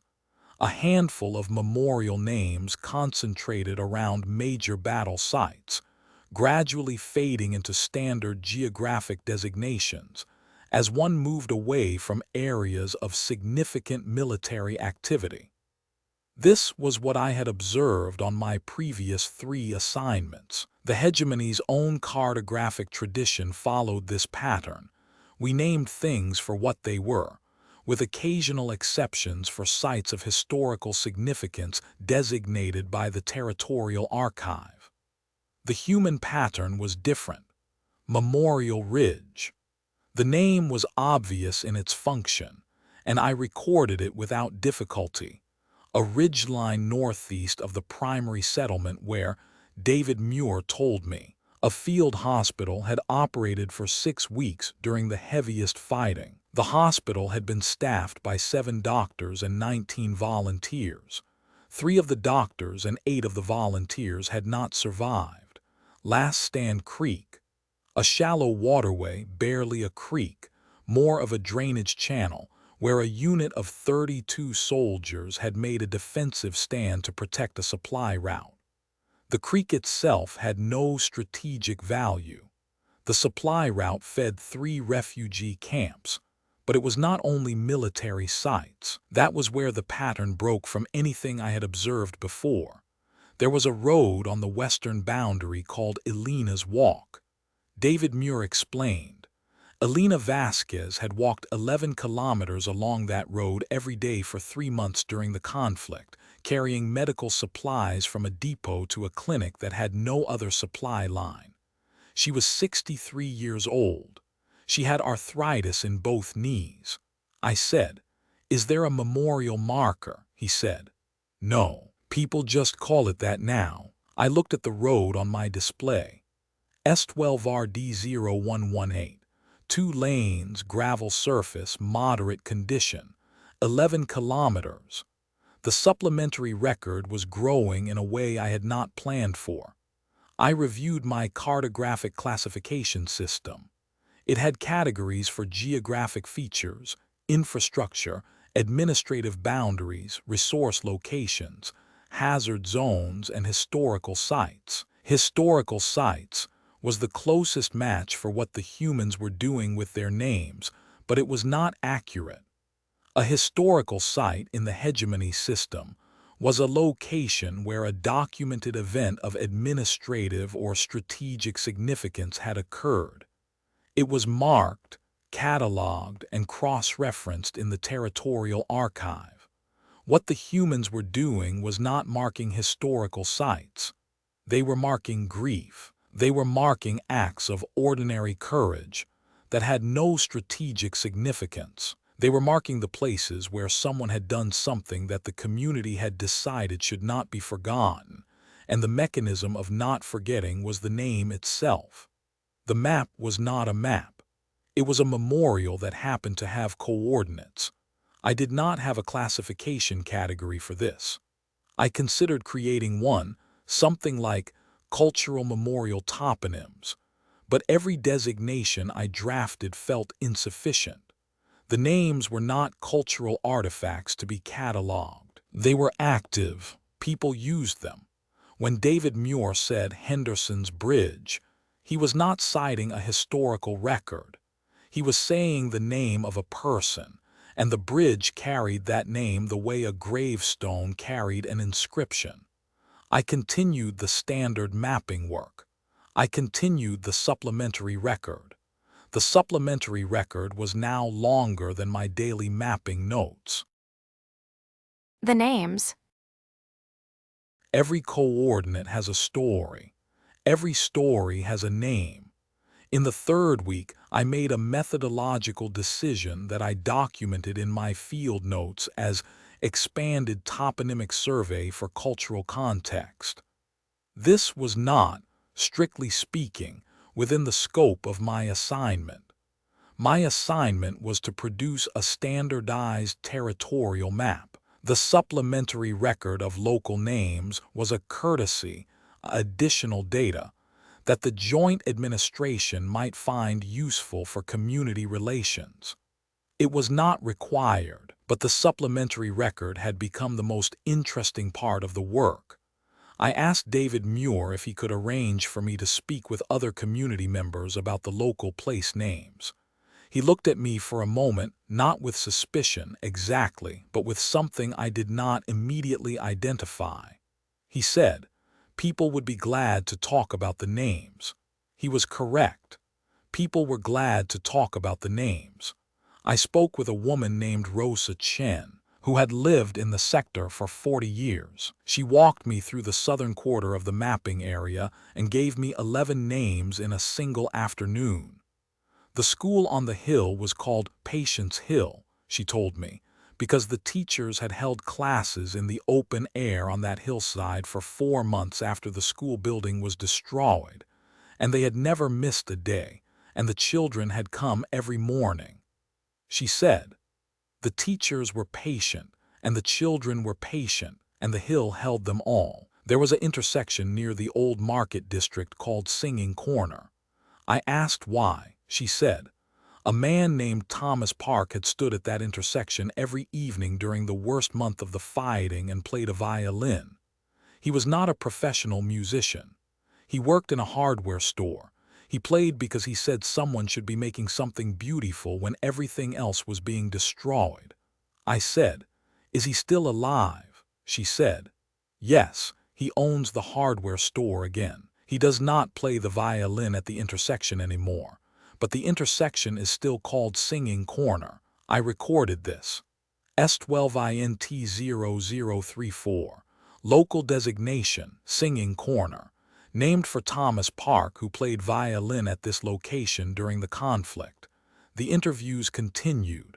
I spoke with 14 people over 2 weeks. Each one gave me names. There was a pattern that I began to recognize, though it took me some time to articulate it. The names fell into categories, but not the categories my cartographic system used. Some were names of sacrifice. Henderson's Bridge, Last Stand Creek, the road called Final Mile where a convoy of evacuation buses had made its last run under fire. Some were names of endurance. Patience Hill, Elena's Walk, a basement called the Thousand Nights. David Muir said people had sheltered there, and the name was not literal, but it had felt literal at the time. Some were names of kindness. Singing Corner, a well called sweet water that a family had kept open and freely available to anyone throughout the conflict. A park bench called the Doctor's Seat, where a retired physician had held informal consultations for people who could not reach the hospital. And some were names of grief, purely. A field on the eastern boundary that was called simply the Quiet. David Muir said this was where they had held the memorial services. Afterward, nothing had happened there during the conflict. It was just the place where people had gone to be quiet when the noise stopped. I stood at the edge of the Quiet and looked at it on my display. S12FLD0012, open field, approximately 2 hectares, no structures, no administrative significance. I looked at the field itself. Grass, a few trees at the western edge. Someone had placed stones in a rough circle near the center. The supplementary record was now 47 pages. I had assumed the names were retrospective, a community's way of memorializing a completed event, the way we might mark a historical site after the fact. I had assumed that the naming process was finished, or nearly finished, and that I was documenting a settled cultural landscape. I was wrong. In the 5th week, David Muir took me to a road on the northern boundary that had been repaired 3 weeks earlier. A crew of volunteers, 12 humans working weekends, had spent 6 weeks filling craters, laying gravel, and rebuilding a drainage culvert that had collapsed during the conflict. The road connected 2 communities that had been effectively isolated from each other for the duration. The road was already called Reunion Road. I said, "Who named it?" He said, "No one in particular. People just started calling it that after the first car drove through." I said, "Is there a process? Some kind of community vote, an official designation?" He looked at me with that expression again, not quite confusion, not quite amusement. He said, "No, it just happens. Someone calls it something, and if the name is right, it sticks." I said, "How do you know if the name is right?" He thought about this for a moment. He said, "You just know. If the name is the truth of the place, people use it. If it's not, they don't." I recorded Reunion Road. I did not assign it a classification category. I was running out of categories. In the 6th week, I visited a community garden on the western edge of the settlement. It had been planted 4 months ago by a group of residents on a lot where a building had been destroyed during the conflict. They had cleared the rubble, brought in soil, and planted vegetables and flowers. The garden was called Grace's Garden. I asked who Grace was. A woman named Miriam Acaffer, who was working in the garden when I arrived, said, "Grace Ndelu. She lived in the building that was here. She did not survive." I said, "Was she a gardener?" Miriam said, "No, she was an accountant, but she used to say she wanted to plant something here when she retired. She used to look out her window and say, 'This lot would be perfect for tomatoes.' The garden had tomatoes." I stood in Grace's garden and understood something that I had been circling for 6 weeks without quite reaching. The humans were not naming places. They were keeping people alive. The name was not a label. It was a continuation. Every time someone said Henderson's Bridge or Grace's Garden or Singing Corner, the person was present again briefly in the mouths of the living. The map I was building, the supplementary record, the one that was not part of my assignment, was not a map at all. It was a census of the remembered, a roll call that the community performed unconsciously every time they gave directions or talked about where they were going. Turn left at Henderson's Bridge. The tomatoes are doing well at Grace's Garden. I'll meet you at Singing Corner. I sat in the garden for a while after Miriam went back to her work. I did not take notes. I did not need to. The garden smelled like soil and growing things, and I understood what kind of document I was actually creating. In the 7th week, David Muir took me to a footpath that ran along the river south of the settlement. He said, "This is the walk home." I asked what it was named for. He was quiet for a moment. Then he said, "After the ceasefire, when people started coming back, the ones who had evacuated, the ones who had been displaced, a lot of them came in from the south. This path along the river was the last stretch before they could see the settlement. People would walk this path and they would be almost home." He said, "Some of them got to the end of the path and the home they were walking to was not there anymore." He said, "We still call it the walk home because that is what it was. It was the last time they were walking home, even if the home was gone." I looked at the path. Dirt, slightly overgrown, running alongside the river under a canopy of trees that had somehow survived the conflict mostly intact, approximately 1 kilometer long. I did not record it immediately. I walked the path first. The trees were tall enough to form an arch overhead, and the river made a sound that was constant and uninflected. And I thought about what it would be like to walk this path not knowing what was at the end of it but knowing what you hoped was at the end of it. I recorded it when I got back to the office. The walk home. S12PTH0089.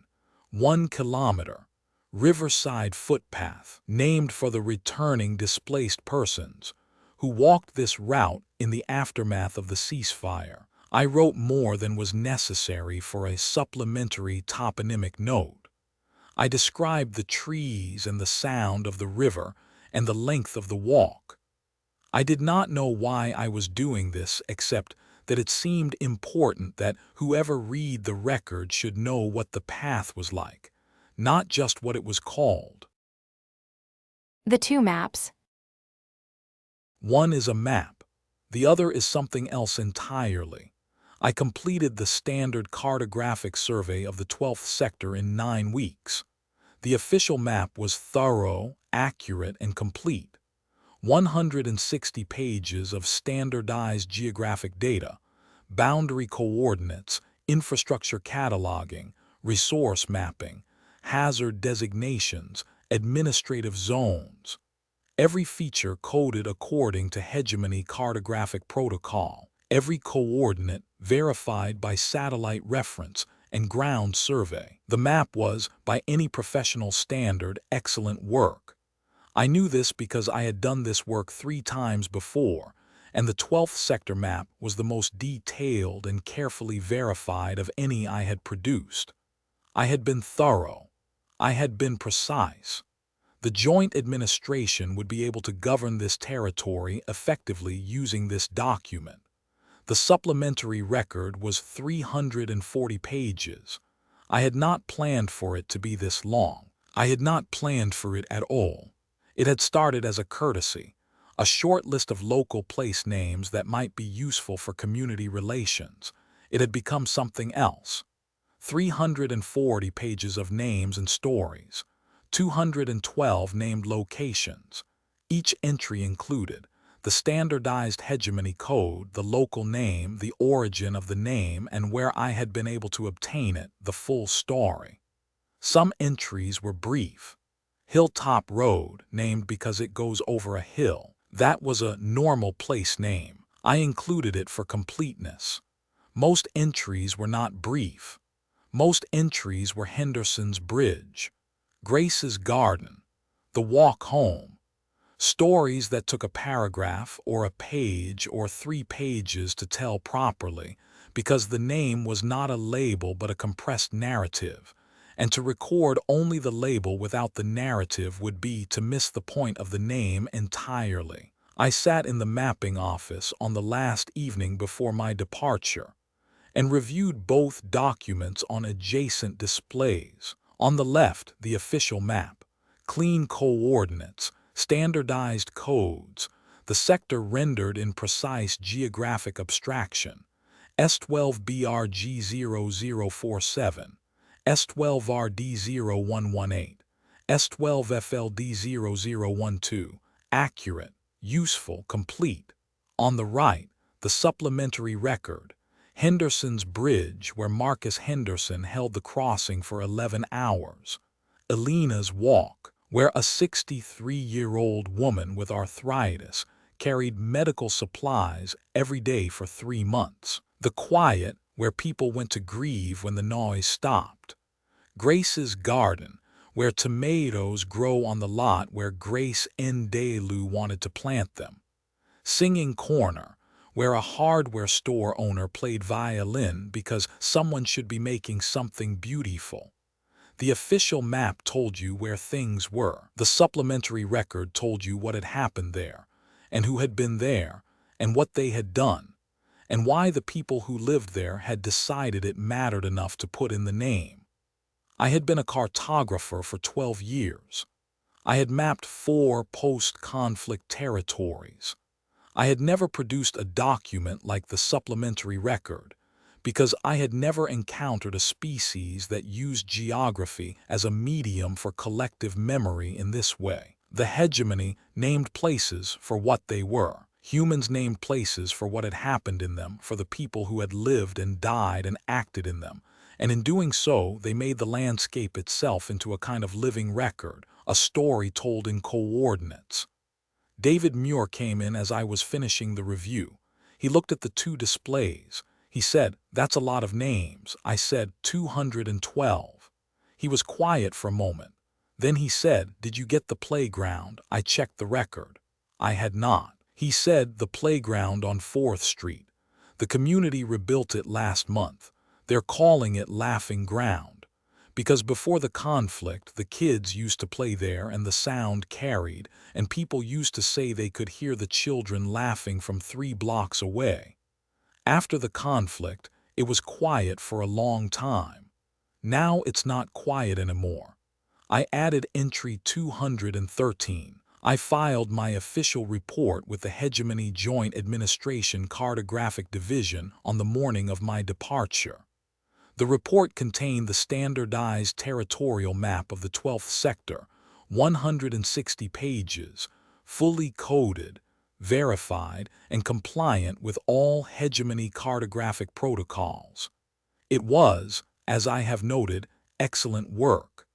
I attached the supplementary record as an appendix, 340 pages. I labeled it, Supplementary Toponymic Survey Local Place Names, Cultural and Historical Context. This was within my professional discretion. Supplementary data was routinely attached to cartographic reports. No authorization was required. What was not routine was the note I included with the supplementary record. I had drafted it the previous evening, sitting in the mapping office after David Muir had left. I had revised it 4 times. The final version read to the reviewing authority.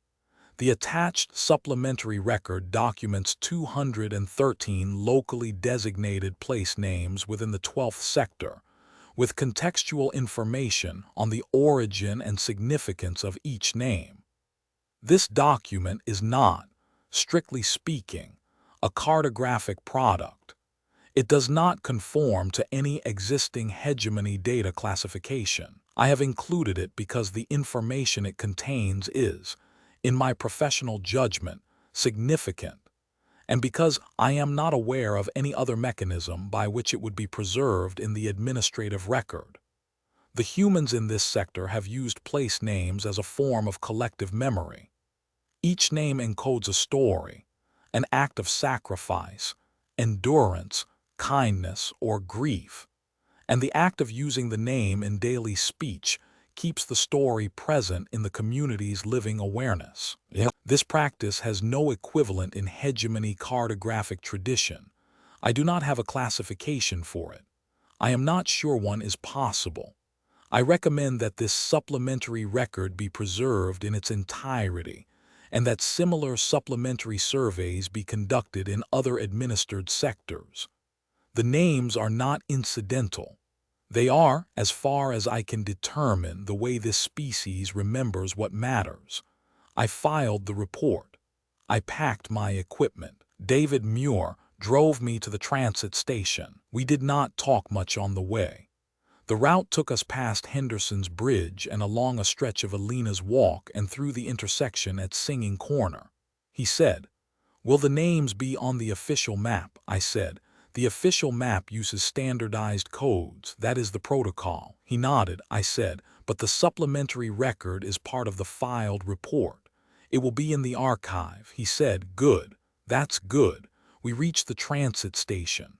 I gathered my equipment. He helped me carry the geodetic reference station to the platform. It was heavy, and he did not have to help, but he did.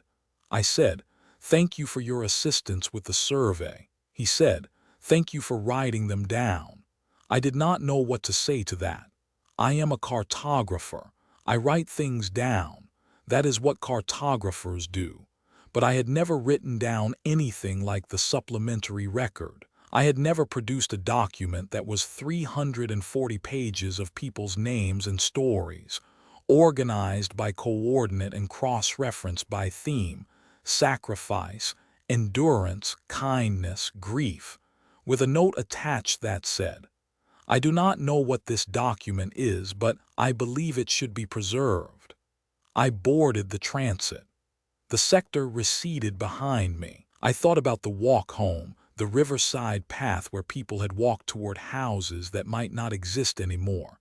And I thought about how the path was still there and the name was still there, and every person who walked it was walking the same walk, carrying the same hope, arriving at the same uncertainty.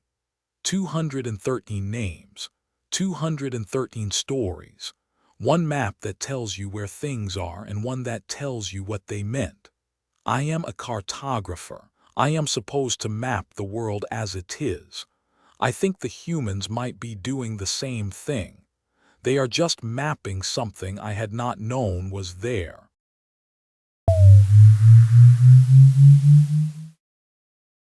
The smell of rain.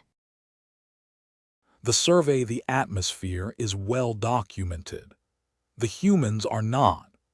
I have conducted planetary atmospheric assessments for 2 previous post-conflict administrations on behalf of the Hegemony Reconstruction Database. The work is precise and uncomplicated. I catalog atmospheric composition, record seasonal weather patterns, map precipitation distribution, measure temperature variance, and compile the resulting data into a standardized climate profile that the Reconstruction Division uses for infrastructure planning. What materials to use for building, how to design drainage systems, where to place agricultural zones. The climate profile informs practical decisions. It is, fundamentally, a document about what the weather does.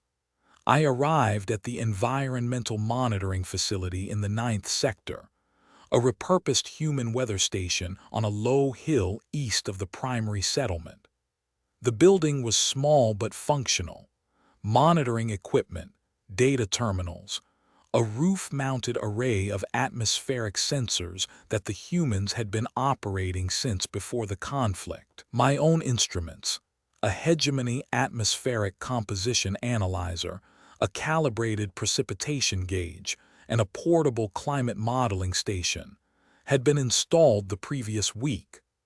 My human colleague was Dr. Lena Hargrove, a meteorologist who had operated this station for 8 years, including through the entirety of the conflict. She was direct, knowledgeable, and organized. Her data records were meticulous daily atmospheric readings going back 6 years, with no gaps, even during the periods of heaviest fighting. I told her I was impressed by the continuity of the data record. She said, "Weather doesn't stop for wars. Someone has to keep writing it down." This struck me as a reasonable statement. I began the survey. The first week proceeded efficiently. I calibrated my instruments against Dr. Hargrove's existing data, established baseline readings, and began compiling the atmospheric composition profile. The atmosphere was within expected parameters for a planet of Earth's type: nitrogen-oxygen mix, trace gases within normal ranges, minor elevations in particulate matter consistent with post-conflict reconstruction activity. The seasonal patterns were similarly straightforward. The ninth sector was in a temperate climate zone, 4 distinct seasons, moderate precipitation, temperature ranges compatible with standard hegemony construction materials. I recorded this. The climate profile was taking shape. I estimated the complete survey would require 6 to 8 weeks. Dr. Hargrove was an efficient collaborator. She provided data promptly, answered technical questions clearly, and did not waste time on unnecessary conversation. I appreciated this. On my previous 2 assignments, local colleagues had been either excessively deferential or subtly hostile. Dr. Hargrove was neither. She treated the work as work and me as a colleague, and this made the process considerably smoother. By the end of the first week, I had completed approximately 30% of the atmospheric composition section and had begun the precipitation distribution mapping. The data was clean. The work was on schedule. I had no anomalies to report. On the 9th day, it rained. This was not unusual. The precipitation records indicated rain approximately 12 days per month in this season. I noted the start time, estimated accumulation rate, and continued my work at the data terminal. Dr. Hargrove stood up from her desk, walked to the door of the station, opened it, and stepped outside. She did not take an instrument. She did not check the rain gauge. She walked to the edge of the covered porch, then stepped off it into the rain and stood there. Her eyes were closed. Her face was tilted slightly upward. Rain fell on her hair, her clothing, her upturned face. She stood like this for approximately 90 seconds. I watched from the doorway. I did not understand what she was doing. She came back inside. Her hair was wet. She was smiling in a way that seemed involuntary, not directed at me or at anything in particular. I said, "Were you checking something?" She said, "No, I just like the rain. I considered this." The rain was 16 degrees Celsius, slightly acidic within normal ranges, but not a substance one would voluntarily expose oneself to without purpose. It would make her clothing wet, which would be uncomfortable. There was no data collection reason to stand in it. There was no task-related reason. I said, "You like the rain?" She said, "The first rain after a dry spell. There's nothing like it." She went back to her desk and continued working. She was still smiling slightly. I made a note in my field journal, not in the climate survey data, but in the general observations section that I maintained for contextual information. Day 9. Dr. Hargrove voluntarily exposed herself to precipitation for approximately 90 seconds. No task-related purpose identified. She described the experience as enjoyable. Unclear why. I did not think much of it at the time. People have preferences. It was not relevant to the climate survey. 3 days later, it rained again. A heavier rain this time, sustained with moderate wind. I recorded the data: precipitation rate, wind speed, temperature, duration. Dr. Hargrove went to the door again.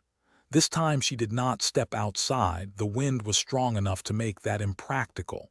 She stood in the doorway and watched the rain. She watched it for several minutes. I said, "What are you looking at?" She said, "The way it moves. Yep. You can see the wind in it if you watch. The rain shows you the shape of the air." I looked. She was right. The rain fell in visible sheets that shifted and curved with the wind patterns, making the air currents visible in a way that was not apparent in dry conditions. This was technically a meteorological observation, but she was not recording it. She was simply watching. I returned to my data, but I found myself over the next hour glancing at the doorway. The rain continued. The sheets of water shifted. I could see the wind. It was not relevant to the climate survey. I did not record it, but I noticed it. The vocabulary. They have a word for the smell of rain. They have a word for everything. In the third week, after a dry spell of 5 days, it rained again. Dr. Hargrove performed her usual ritual. She stepped outside briefly and came back in. This time I asked, "What specifically is enjoyable about it?" She thought about this. She said, "Right now, the temperature." I did not know the word. I asked her to clarify. She said, "The smell. The smell of rain on dry earth. There's a specific smell. When rain hits ground that has been dry for a while, it releases this scent. It's called petrichor. From the Greek petra, stone, and ichor, the fluid that flows in the veins of the gods." I said, "The fluid that flows in the veins of the gods." She said, "The word was coined in 1964 by 2 Australian researchers who were studying the chemistry of it. The smell is caused by a compound called geosmin, produced by soil bacteria. The rain releases it from the ground. But people have been noticing the smell for as long as there have been people. They just didn't have a scientific name for it until 1964. I considered this. Geosmin, a well-documented organic compound. Its release during rainfall was a known atmospheric chemistry phenomenon. There was nothing unusual about noticing it. What was unusual was that humans had given this phenomenon a name that referenced the blood of gods. They had not named it after the chemical compound. They had not named it after the bacterial process. They had named it after how it felt, how the smell of rain on dry earth felt important enough, felt transcendent enough, to warrant a word that connected it to divinity. I opened a new file on my data terminal. I labeled it Appendix A Supplementary Notes on Human Weather Perception. I typed the first entry, petrichor, the smell of rain on dry earth. From Greek, petra, stone, plus ichor, the ethereal fluid of the gods, a named emotional response to an atmospheric chemistry phenomenon. Once I had the word petrichor, I began asking questions. Not about the climate data that was proceeding on schedule, about the words. I asked Dr. Hargrove, "Are there other words like this? Words for specific weather experiences?" She laughed, not unkindly. She said, "How much time do you have?" She told me about sweater weather, not a meteorological term but a cultural one, describing the specific temperature range in autumn when the air is cool enough to require an additional layer of clothing but not cold enough to be unpleasant. She said, "It's a feeling more than a temperature. It's the feeling that the year is turning." She told me about snow day, a day when snowfall is heavy enough that schools and workplaces close. She said, "Even adults who do not go to school anymore feel a specific kind of joy when it snows that heavily. The joy is disproportionate to the event. A snow day is a gift from the weather. That is how people experience it." She told me about golden hour, the period shortly after sunrise or before sunset when the light is warm and diffuse. She said photographers use the term technically, but everyone knows the feeling. The light is different. The world looks different in it. Things look the way you want them to look. I recorded each of these. The appendix was 3 pages by the end of the conversation. I said, "These are all positive terms. Are there words for negative weather experiences?" She said, "Of course. Dreary, bleak, bitter cold. The dog days of summer when the heat is oppressive and nothing moves and the air itself feels hostile." I said, "The air itself feels hostile." She said, "It's a description." I said, "The air does not have intentions." She looked at me. She said, "No, but it feels like it does." This was the part I found most difficult to classify. The humans were not confused about atmospheric science. Dr. Hargrove understood weather systems as well as I did, arguably better, given her 8 years of continuous observation at this station. She knew the air did not have intentions, but she experienced it as if it did, and the language reflected the experience, not the science. In the 4th week, I began to understand that the weather vocabulary was not a collection of isolated terms. It was a system. The humans had built an entire emotional framework organized around atmospheric conditions, and this framework was so deeply embedded in their culture that they did not notice it as unusual. I asked Dr. Hargrove to describe the seasons, not the meteorological characteristics. I had those. The other part. She said, "What other part?" I said, "The part that is not about temperature and precipitation." She was quiet for a moment. Then she said, "Spring is hope." That's the simplest way to say it. Everything is coming back, the leaves, the warmth, the light. Even if the previous year was terrible, spring says, "Here, try again." People fall in love more in spring, not because of the temperature, because of what the temperature means. She said, "Summer is abundance. Long days, warm air, the world at maximum capacity. Everything is alive, everything is growing, and there is so much daylight that you feel like you have more time. You don't, obviously. The days are the same length in hours, but you feel like you do." She said, "Autumn is," she paused. "Autumn is the most complicated one. It's beautiful and it's sad, and those two things are the same thing because the beauty is the leaving. The leaves turn colors because they are dying. The whole landscape becomes more beautiful as it dies. Humans know this. They drive for hours to look at dying leaves. They find it moving. They find it comforting in a way, the idea that the end of something can be the most beautiful part." She said, "Winter is endurance. The world goes quiet. The cold comes in and stays. You survive it. You build fires and drink warm things and stay close to the people you love. Winter is when humans are most aware of each other, I think.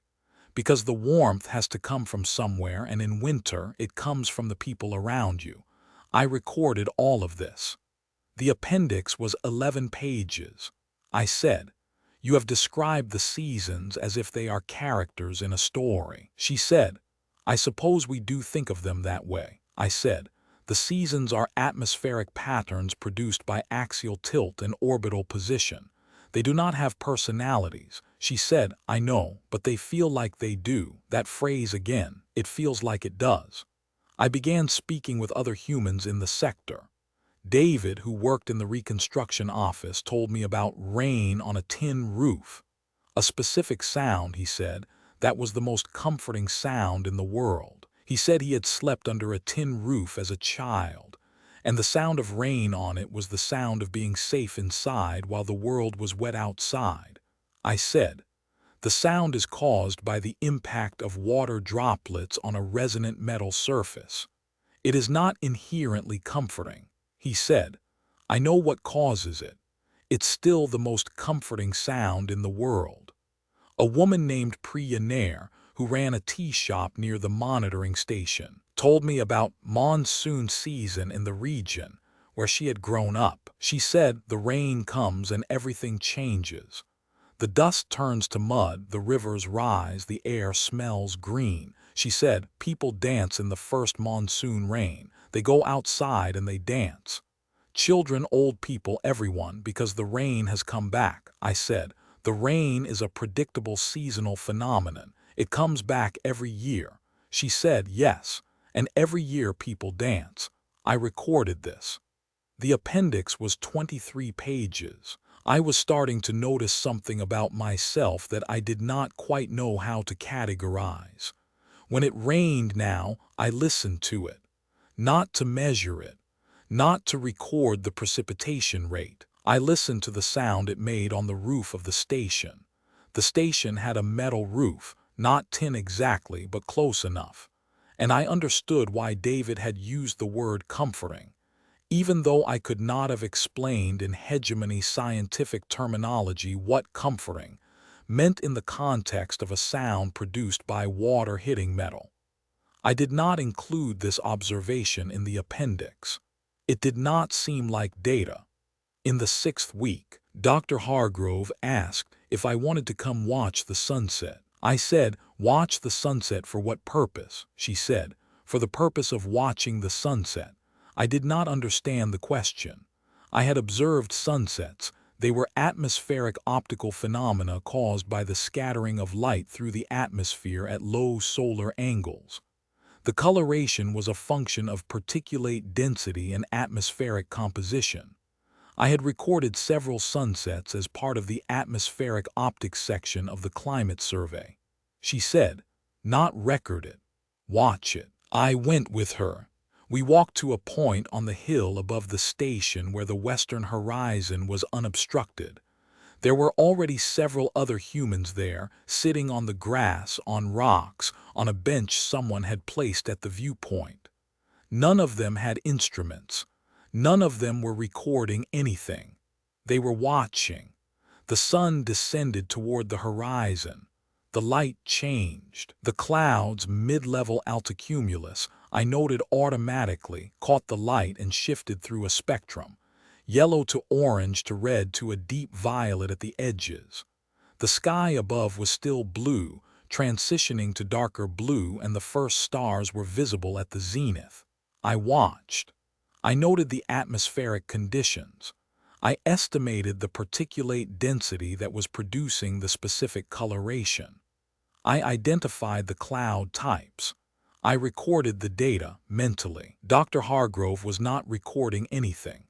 She was sitting on the grass with her arms around her knees, watching. The light on her face was the warm orange-red of the low sun, and she was not smiling exactly, but her expression was open, as if she were receiving something. I sat and watched. The sun continued to descend. The colors continued to change.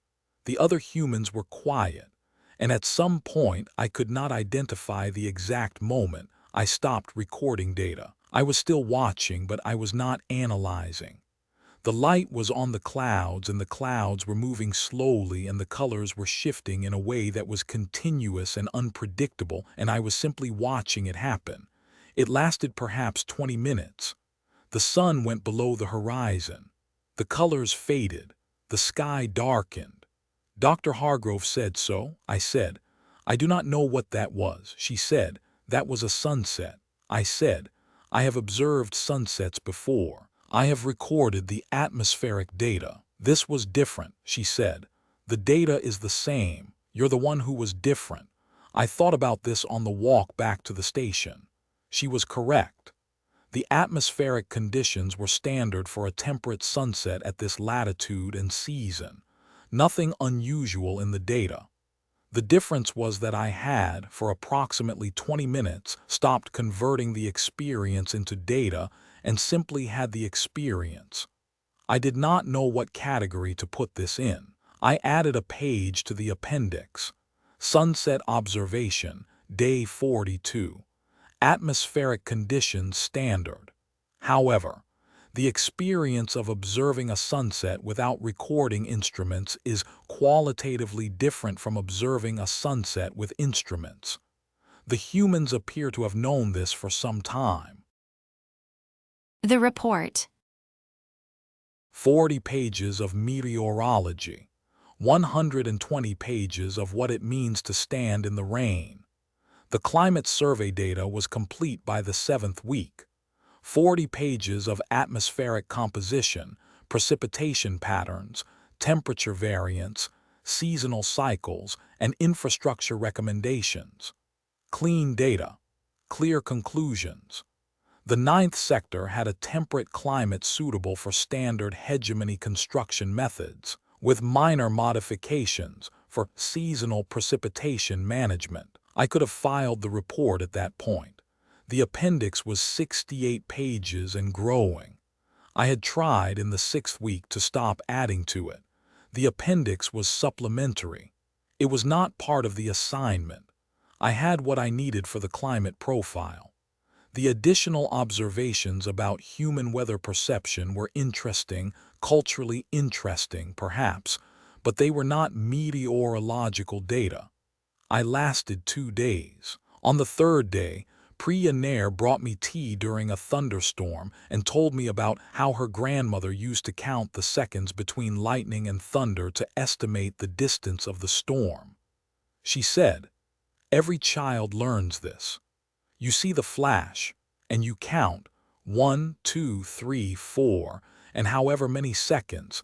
That's how many kilometers away the storm is." I said, "The actual relationship between the flash-to-sound interval and distance is approximately 1 kilometer per 3 seconds, not 1 per second." She said, "I know, but that's not the point. The point is that children learn to listen for thunder. They learn to pay attention to the storm. They learn that the storm is speaking to them in a way and they can understand it if they count." I said, "The storm is not speaking." She said, "I know, but counting makes you listen, and listening makes you feel connected to it, and feeling connected to it makes you less afraid." I added this to the appendix. I added the phrase, "The storm is speaking to them," and underlined it. The appendix reached 100 pages in the 8th week, and I still had not stopped adding to it. I recorded that humans described overcast skies as gloomy, an emotional attribution to an atmospheric condition that was simply the result of cloud cover density, that they called a period of unexpected warmth in autumn and Indian summer, and treated it as a kind of gift, a reprieve they had not earned from a season that was otherwise trending toward cold, that they described the first warm day of spring as if it were an announcement, "Spring is here," as if the season were a person who had arrived. I recorded that Dr. Hargrove kept a journal, not a data log, a personal journal, in which she wrote about the weather every day, not the meteorological conditions, how the weather felt. She showed me an entry from the previous winter, gray day, the kind of gray that sits on your shoulders, made soup. The kitchen windows fogged up. It felt like the house was breathing. I said, "The house was not breathing." She said, "I know what the house was not doing. I am telling you what it felt like." I recorded that humans had a practice called stargazing, lying on their backs outdoors at night and looking at the sky. Not with telescopes, not with any instrument, just looking. Dr. Hargrove said, "The point is to feel small, not in a bad way, in a way that is," as she searched for the word, "peaceful. To look at the sky and feel small and feel that the smallness is not a problem but a comfort." I added this to the appendix. I was running out of categories for the appendix itself. I had organized it into sections, whether vocabulary, seasonal emotional associations, whether rituals, whether as metaphor, whether and memory, whether and social bonding. The sections kept overlapping.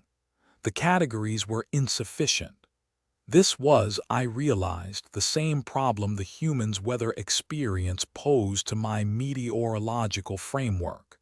It did not fit the categories because the categories had been designed for a different kind of data. I filed my climate assessment report with the Hegemony Reconstruction Database, Environmental Assessment Division, on the morning of my scheduled departure.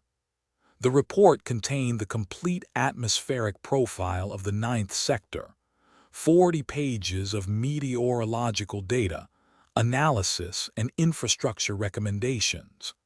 It was thorough, accurate, and fully compliant with hegemony reporting protocols. Any reconstruction planner could use it to make informed decisions about building materials, drainage systems, agricultural planning, and seasonal adaptation.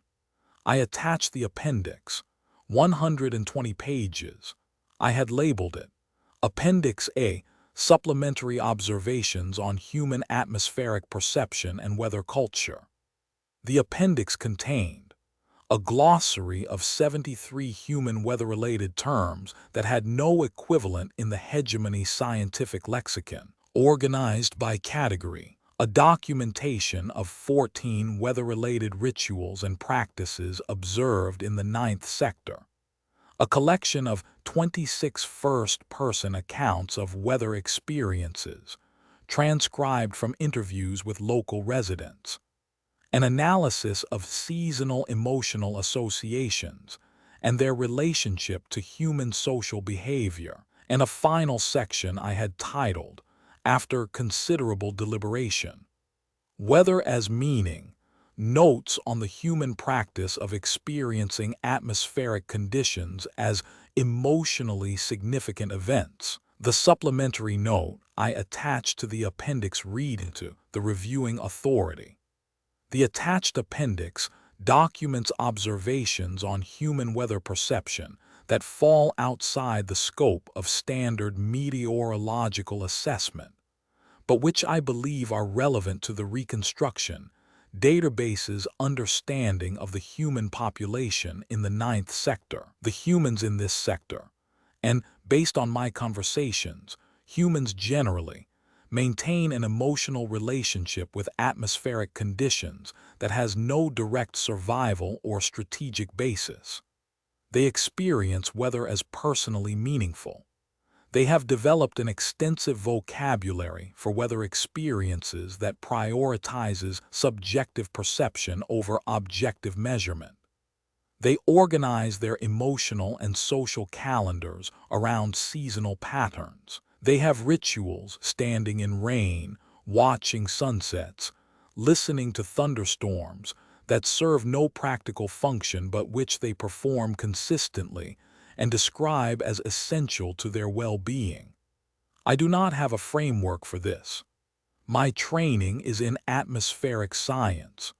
What I have documented in this appendix is not atmospheric science. It is something adjacent to it, something that uses the same raw material, weather, but processes it through a system I am not qualified to analyze. I recommend continued study. I believe the way humans experience weather may be indicative of a broader pattern in how they experience all physical phenomena, not merely as events to be measured, but as experiences to be felt. If this is the case, it has implications for the reconstruction database that extend well beyond climate assessment. I packed my instruments and prepared to leave. Dr. Hargrove came to the station early to help me disassemble the atmospheric composition analyzer. We worked in comfortable quiet. She was efficient with the equipment. She had helped me install it 8 weeks ago and she knew the components. When we finished, she made tea. We sat at the data terminal and drank it. The morning was cool early autumn, the season she had described as the most complicated one. She said, "Did you get what you needed?" I said, "The climate data is complete. The report is filed." She said, "And the other thing, the appendix." I had not told her the appendix was 120 pages. I said, "It is more extensive than I initially planned."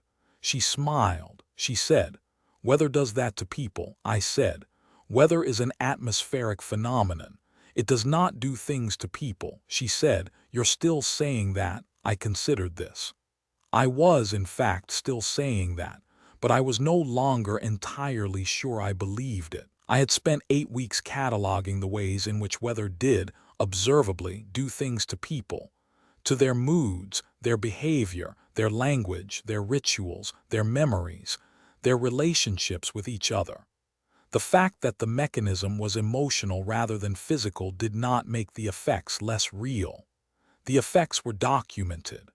I had 120 pages of documentation. I said, I am no longer certain that my framework is adequate for describing what weather does. She said, that's a start. I finished my tea. I gathered my personal effects. My transit was in 90 minutes. She walked me to the door of the station. Outside, it was raining.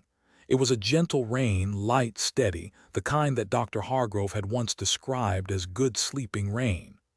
I could smell it, the geosmin, the petrichor, the smell of rain on earth that had been dry for 3 days. The humans had named this smell after the blood of gods. I stood in the doorway for a moment. Dr. Hargrove stood next to me. She said, you could stand in it if you wanted. I did not want to. Standing in precipitation was not a behavior my species engaged in for recreational purposes. My clothing would become wet. It would be mildly uncomfortable.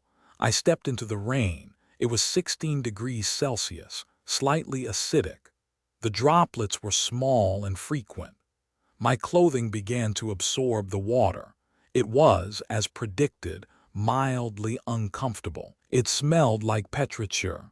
It sounded like the rain on the metal roof, constant, rhythmic, a sound that David had called the most comforting sound in the world. The air was cool on my face and the water was running down my skin and the world was gray and wet and quiet. I stood in it for approximately 60 seconds. I did not close my eyes. I did not tilt my face upward. I am not human and I do not have their rituals. But I stood in the rain and I understood, not intellectually, not as a data point, but in the way that the humans meant when they said it feels like, why they did this. Dr. Hargrove was smiling when I came back under the overhang. She said, so, I said, I will need to add another page to the appendix. She laughed. She shook my hand, a human gesture of parting that I had learned to perform correctly during my time in the sector. She said, come back in winter. The snow is something else entirely. I walked to the transit station in the rain. I did not hurry. The rain continued, light, steady, the smell of geosmin rising from the earth, the sound of it on every surface, a slightly different pitch, a slightly different rhythm, the world rendered in water and gray light. 40 pages of meteorological data, 120 pages of what it means to stand in the rain. I am a climate analyst. I am trained to describe what the weather does. I think the humans have been describing something else entirely. I think they have been describing what the weather is. And I am not sure those are the same question, and I am not sure my training prepared me for the difference.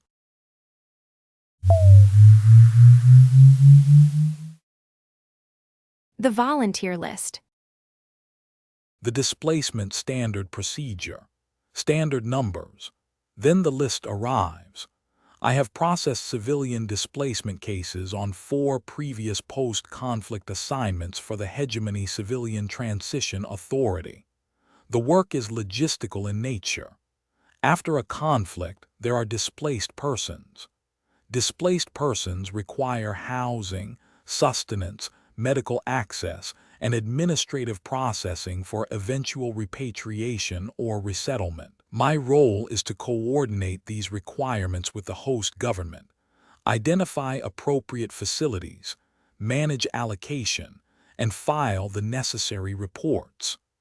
The displacement case for Earth, case file 7731, was, by the numbers, unremarkable.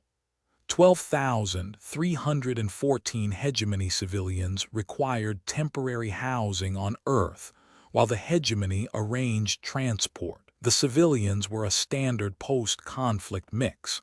Families with dependents, administrative workers whose postings had been disrupted, technical staff from facilities that no longer existed, and a small number of elderly individuals with no remaining family connections to hegemony worlds.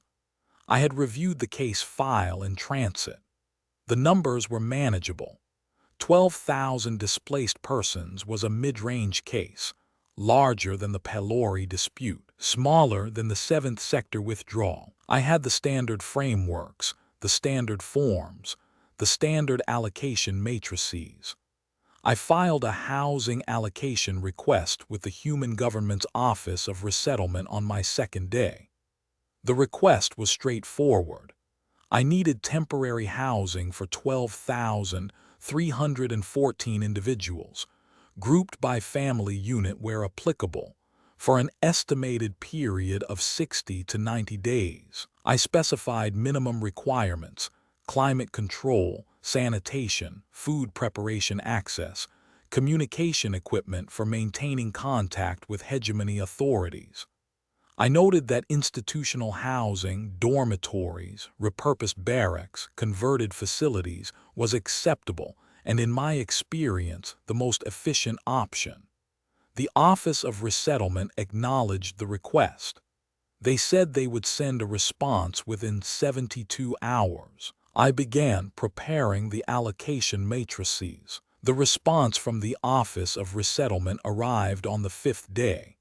It was not a housing allocation. The cover document was a standard government communication, formatted correctly, reference numbers in order, signed by the appropriate official. The text read, "In response to your request for temporary housing allocation for 12,314 hegemony displaced persons, please find attached the current volunteer registry for the Hegemony Civilian Hosting Program." I opened the attached file. It was a list of names. Human names with addresses, contact information, household size, number of available rooms, and a brief note field. The first entry read, Marquez Elena, 14 Birch Lane, Sector 3. Household, 2 adults, 1 child. Available rooms, 2. Note, we have a garden. The kids can play outside. I scrolled through the list. The list was very long. I checked the file metadata for the total entry count. The volunteer registry contained 412,000 names. I read the number again. I checked it against the displacement count, 12,314. I performed the calculation. There were approximately 33.5 volunteers for every displaced person. I closed the file. I opened it again. I checked the count a second time. I checked it a third time. 412,000 individual humans had volunteered to house hegemony displaced civilians, the civilians of a government they had been at war with 7 months ago, in their own homes. I sat at my workstation for 11 minutes without beginning the allocation process. This was unusual for me. I am not, generally, someone who sits. I contacted the Office of Resettlement to confirm the data. The human official, a man named Davies, was patient with my questions. Yes, the number was correct. Yes, these were individual volunteers, private citizens who had registered through a public program. No, they had not been recruited or incentivized. The program had been announced through standard government channels, and the registrations had come in over a period of approximately 4 weeks. I asked whether the number was typical for human resettlement programs. Davies paused. He said, "Honestly, no. They had expected maybe 50,000. The number had surprised them too." I asked what the standard procedure was for processing a volunteer list that exceeded the displacement population by a factor of 33. Davies said, "They were still figuring that out. They had never had this particular problem before." I reviewed my allocation matrices. They were designed for institutional housing, assigning individuals and family units to rooms in facilities, managing capacity, scheduling rotations. They were not designed for matching displaced persons with individual volunteer households. The variables were entirely different. Institutional housing had bed counts and square footage. Volunteer housing had gardens and spare rooms and notes that said, "We have a garden. The kids can play outside." I would need to build a new framework. I began by reading the volunteer entries. I intended to read a representative sample, perhaps 200, enough to identify patterns for categorization. I read 200, then I read 300 more. The entries were not converging into patterns that my standard categories could capture. A volunteer in Sector 7 had written, "I have a large house and it's just me now. Seems wrong for all that space to sit empty when people need somewhere to be." A volunteer in Sector 12 had written, "My grandmother was a refugee. I know what it's like to not have a place. We have a place. We'd like to share it." A volunteer in Sector 2, a household of 4, 2 adults and 2 children, ages 8 and 11, had written, "Our kids want to meet hegemony kids. We told them what happened in the war and they said, 'But where will the families go?' We didn't have a good answer. This is the best one we could think of." I stopped reading at 500 entries and stared at my allocation matrix, which was empty. The interviews. She interviews volunteers to understand. The answers do not fit her forms. I developed an interview protocol over 2 days. The protocol was based on standard displacement housing vetting procedures, adapted for the unusual circumstance of individual household placement. I identified 6 screening criteria. Household stability, defined as consistent residence for at least 12 months and no active legal proceedings. Safety assessment, structural integrity of the dwelling, absence of environmental hazards, proximity to hegemony administrative services and medical facilities, cultural competency awareness, some basic understanding of hegemony social norms, dietary requirements, communication preferences, available space per displaced person, measured against the minimum standards in the Transition Authority guidelines, and motivation assessment, a category I added specifically for this case, designed to identify volunteers whose motivations might create complications. The motivation assessment was the category I expected to use most frequently for disqualification.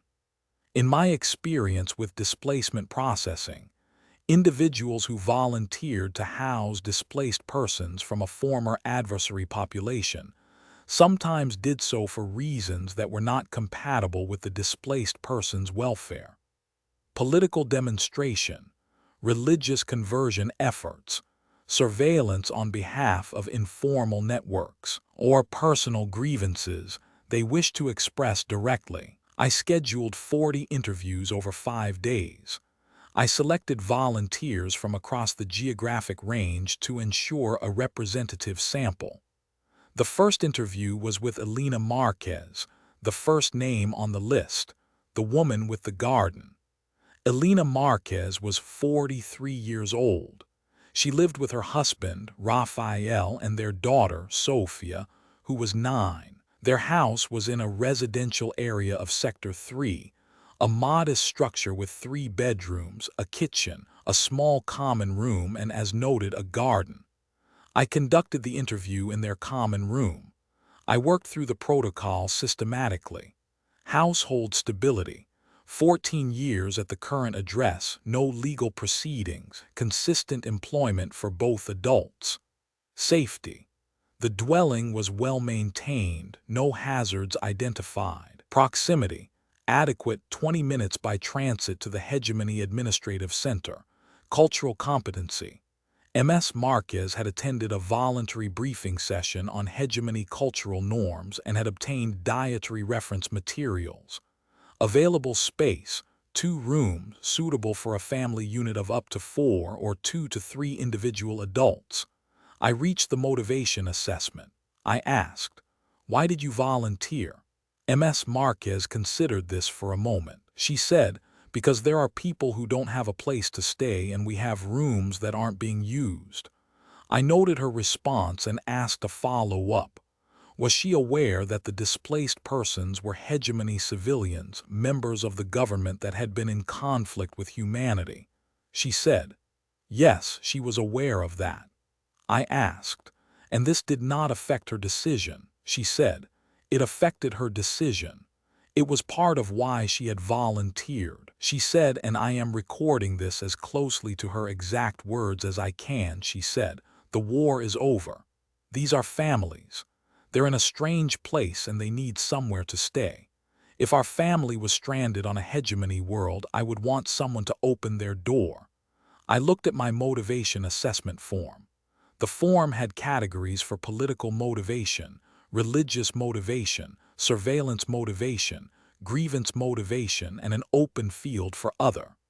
MS. Marquez's response did not fit any of the predefined categories. I wrote in the open field, empathy. No complicating factors identified. I completed the interview. I had no grounds for disqualification on any of the 6 criteria. I interviewed 40 volunteers over 5 days. I am going to summarize what I found because the individual interviews are in the case file, and this report is already longer than standard. Of the 40 volunteers, 38 passed all 6 screening criteria without issue. 1 was disqualified on proximity. Their dwelling was more than 90 minutes from hegemony services, which exceeded the guideline maximum. 1 was flagged on household stability, a recent change of residence, which I noted for follow-up but did not consider automatically disqualifying. Of the 38 who passed, none were disqualified on motivation assessment. I want to be clear about what this means because it surprised me. In my 4 previous displacement assignments, motivation assessment disqualified between 15 and 25% of volunteer housing applicants. This was normal. It was expected. Some people volunteer for the wrong reasons, and identifying those people is a standard part of the process. In 40 interviews, I found 0 disqualifying motivations. The motivations were not uniform. They were varied in ways that made categorization difficult. I will list some representative examples. A retired teacher in Sector 9, living alone, who said, I spent my career taking care of other people's children. I'm not going to stop because the children happen to be hegemony. A young couple in Sector 5, recently married, who said, we talked about it and we decided this is the kind of people we want to be. Not the kind who close the door. An elderly man in Sector 11 whose neighborhood had been damaged during the conflict. He had rebuilt his house himself. He said, I know what it's like to lose your place. I have room. That's all there is to it. A family of 6 in Sector 4, 2 parents, 4 children between the ages of 5 and 16, who said the oldest child had asked about the hegemony displaced families after seeing a news report, and the family had discussed it at dinner, and the 16-year-old had said, we should sign up. The parents had agreed. A woman in Sector 8 who said, I don't have a good reason. I just think if someone needs a place to stay and you have a place, you should offer. She paused and then said, is that not enough? I told her it was sufficient for the form. After the 18th interview, I contacted Davies at the Office of Resettlement. I said, I was having difficulty with the selection process. He asked what kind of difficulty. I said, the vetting criteria were not producing sufficient disqualifications to reduce the volunteer pool to the required number. At the current disqualification rate, I would clear approximately 400,000 of the 412,000 volunteers.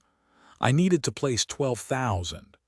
Davies was quiet for a moment. Then he said, yes, they had anticipated this might be an issue. I asked what the standard human procedure was for selecting among qualified volunteers when the qualified pool vastly exceeded the need. He said, usually they used proximity, household match, family size, age of dependence, language capability, that sort of thing. Practical factors. I said, those factors would reduce the pool, but I was not confident they would reduce it to 12,000. He said, no, probably not. I asked. What do you do with the volunteers you don't select? He said. They stay on the list. In case the situation changes or in case there's another need. They're told their registration is appreciated and will be kept on file. I said, 400,000 people volunteered to house the civilians of a government they were at war with 7 months ago. I wanted to understand why. Davies was quiet again. He said, I don't have an official answer for that. The unofficial answer is that people sometimes do things like this and we don't always know why either. He paused. He said, if it helps, I signed up too. It did not help with the allocation matrix, but I noted it. Interview 37 was with a man named Tom Casey. Tom Casey was 51 years old. He lived alone in a small house in Sector 6, 2 bedrooms, 1 bathroom, a kitchen, a small yard. He worked in municipal maintenance. His volunteer form note said, I have a spare room.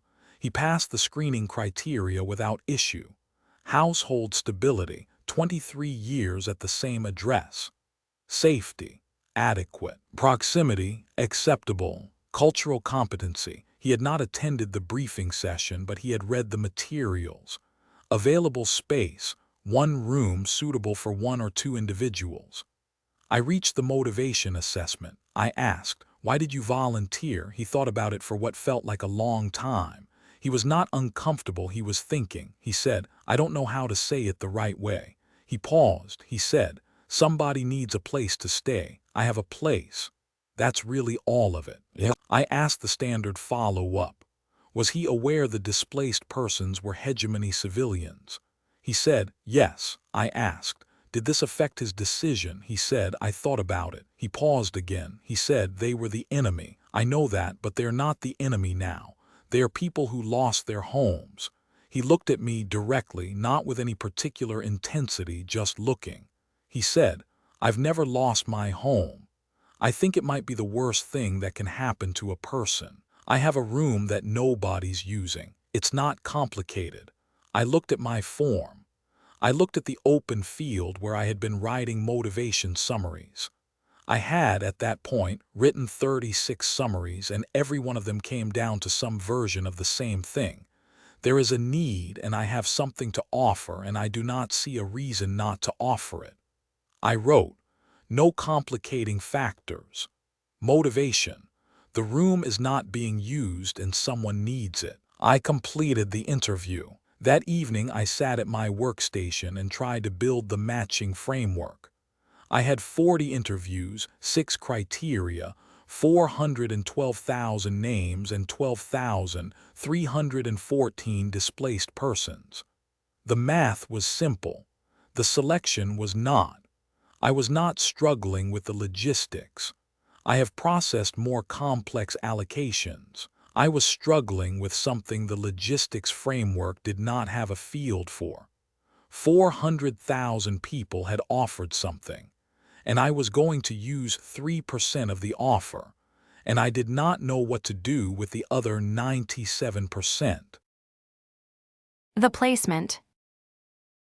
She places 12,000. She keeps the list. I built the matching framework in 3 days. The criteria were practical: geographic proximity to hegemony administrative services, household size match, accessibility requirements for elderly or mobility-limited individuals, language capability where available, and for families with children, the presence of children of similar age in the volunteer household, which the research literature suggested would ease adjustment. The framework reduced the eligible pool to approximately 87,000 volunteers, still 7 times the need. I applied secondary criteria: previous experience with cross-cultural hosting, completion of the cultural competency briefing, flexibility on duration. The pool dropped to approximately 34,000. I selected the final 12,314 by optimizing for proximity and household match. The algorithm ran in 4 minutes. I reviewed the selections. They were sound. I could not have produced a better allocation manually. The algorithm had done its job. The remaining 399,686 names sat in the file. The algorithm had not touched them. They were not needed. I sent notifications to the selected volunteers. The response rate was 98.7% within 24 hours, an acceptance rate I had never seen in 4 previous assignments. Standard acceptance rates for volunteer housing in displacement cases range from 60 to 75%, accounting for changed circumstances, second thoughts, and the gap between intention and commitment. 98.7%. Of the 1.3% who did not accept, most cited changed circumstances. A health issue, a job relocation, a family situation that had shifted in the weeks since registration. 3 volunteers who could not accept asked to be kept on the list in case a future need arose. The placements began on day 28. I supervised the first wave personally, the standard procedure for a displacement coordinator. I accompanied the transit vehicles to the first 40 placements across sectors 3, 5, and 6 to observe the initial contact and verify that the living arrangements match the specifications. At the first placement, a hegemony family of 3, 2 adults and 1 child placed with a human family of 4 in Sector 3. The human family was standing outside their home when the transit vehicle arrived. The woman, not Alina Marquez, a different volunteer, a woman named Joanna Wise, stepped forward and said, "Welcome. We're glad you're here. We made up the rooms this morning." The hegemony family looked at the house. They looked at the garden. The hegemony child, a girl of approximately 6 standard years, looked at the human children who were standing behind their mother. Joanna Wise's daughter, who was 7, stepped forward and said, "Do you want to see your room?" I watched this for a moment. Then I marked the placement as confirmed in the system and moved to the next address. Over the following 7 days, I processed reports from all 12,314 placements. The integration metrics were extraordinary by any standard I had encountered. Conflict incidents, 0. Placement failures requiring reassignment, 4, all due to physical logistics accessibility issues that had not been captured in the matching data. Volunteer satisfaction surveys, 99.2% positive. Displaced person satisfaction surveys, 97.8% positive, the highest I had recorded in any assignment. I compiled the data. The numbers were clear. The placements were working. They were working better than institutional housing placements I had supervised on 4 other worlds with 4 other species. I filed the interim report. I noted the metrics. I noted that the volunteer-based housing model had produced measurably superior outcomes compared to institutional alternatives. Across every metric the transition authority tracked. I did not note in the report that the reason the metrics were superior was probably not the housing itself. The housing was adequate, not luxurious, not specially equipped, just ordinary human homes with ordinary human spare rooms.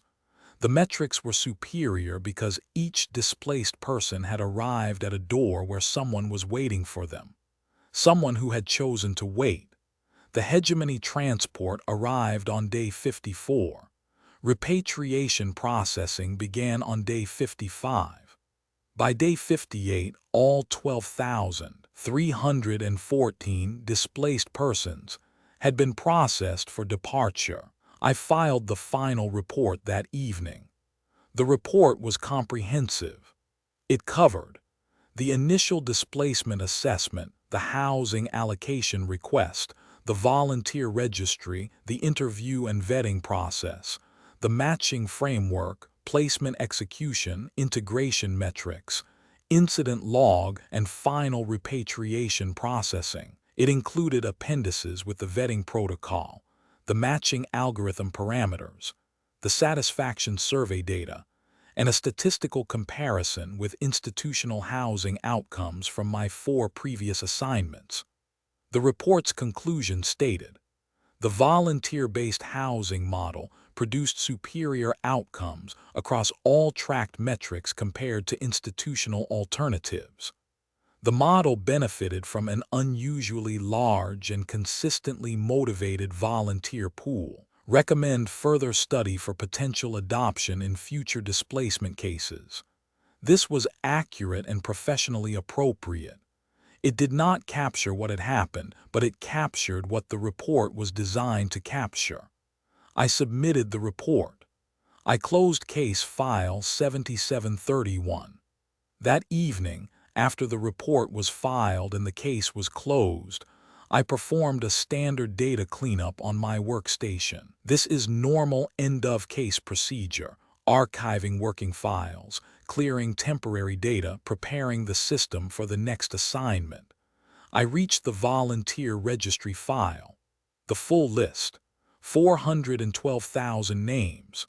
Standard procedure was to archive it with the case file and delete the working copy. The data belonged to the human government. My copy was a working reference that was no longer needed. I looked at the file. I opened it and scrolled to a random point in the middle. Entry 206,471, Park Jinseo, 88 Maple Court, Sector 9. Household, 1 adult. Available rooms, 1. Note, I live alone but I keep a clean house. I can cook. Whoever comes, I will make sure they are comfortable. Jinseo Park had not been selected. The algorithm had not reached her entry. She was one of 399,686 people who had volunteered to open their home to a stranger from a hostile government and whose offer had not been needed. I scrolled down. Entry 206,472, Park Min June. Same address. Note, this is my mother. I am registering on her behalf. She insisted. I closed the file. I opened my personal storage directory. I copied the volunteer registry to my personal files. The full list, all 412,000 names. This was not standard procedure. The data was not relevant to any future assignment. I had no professional reason to retain it. I did not delete the working copy. I archived it with the case file as procedure required. But the personal copy remained in my directory and I did not remove it. I sat at my workstation for a while. The case was closed. The displaced persons were on the transport. The report was filed. My work was done. I thought about Tom Casey, interview 37, who had a spare room and did not think it was complicated. I thought about Alina Marquez, who wanted the children to play in the garden. I thought about the woman in Sector 8 who had asked, "Is that not enough?" I thought about 412,000 names, 34 volunteers for every displaced person. I thought about the 399,686 who had offered something and been told, "Thank you. Your registration is appreciated and will be kept on file." I did not know what the list was. It was not a logistics document. I had extracted the logistics I needed and the rest was surplus. It was not an intelligence product. It was not evidence of anything I had a category for. It was 412,000 people saying, "I have room. Send someone. I will take care of them." I kept the list. I have kept it through 2 subsequent assignments. It is in my personal files between a family photograph and my certification records. I do not open it often. I do not need to open it. I know what is in it. I think about it sometimes on new assignments in new displacement cases when I am processing the numbers and building the frameworks and doing the work I am trained to do. I think about a planet where 412,000 people volunteered to take in the families of a government that had bombed their cities 7 months before, and the best explanation any of them could offer was, "Someone needs a place, and I have a place, and I do not see a reason not to offer it. I do not have a framework for that. I keep the list.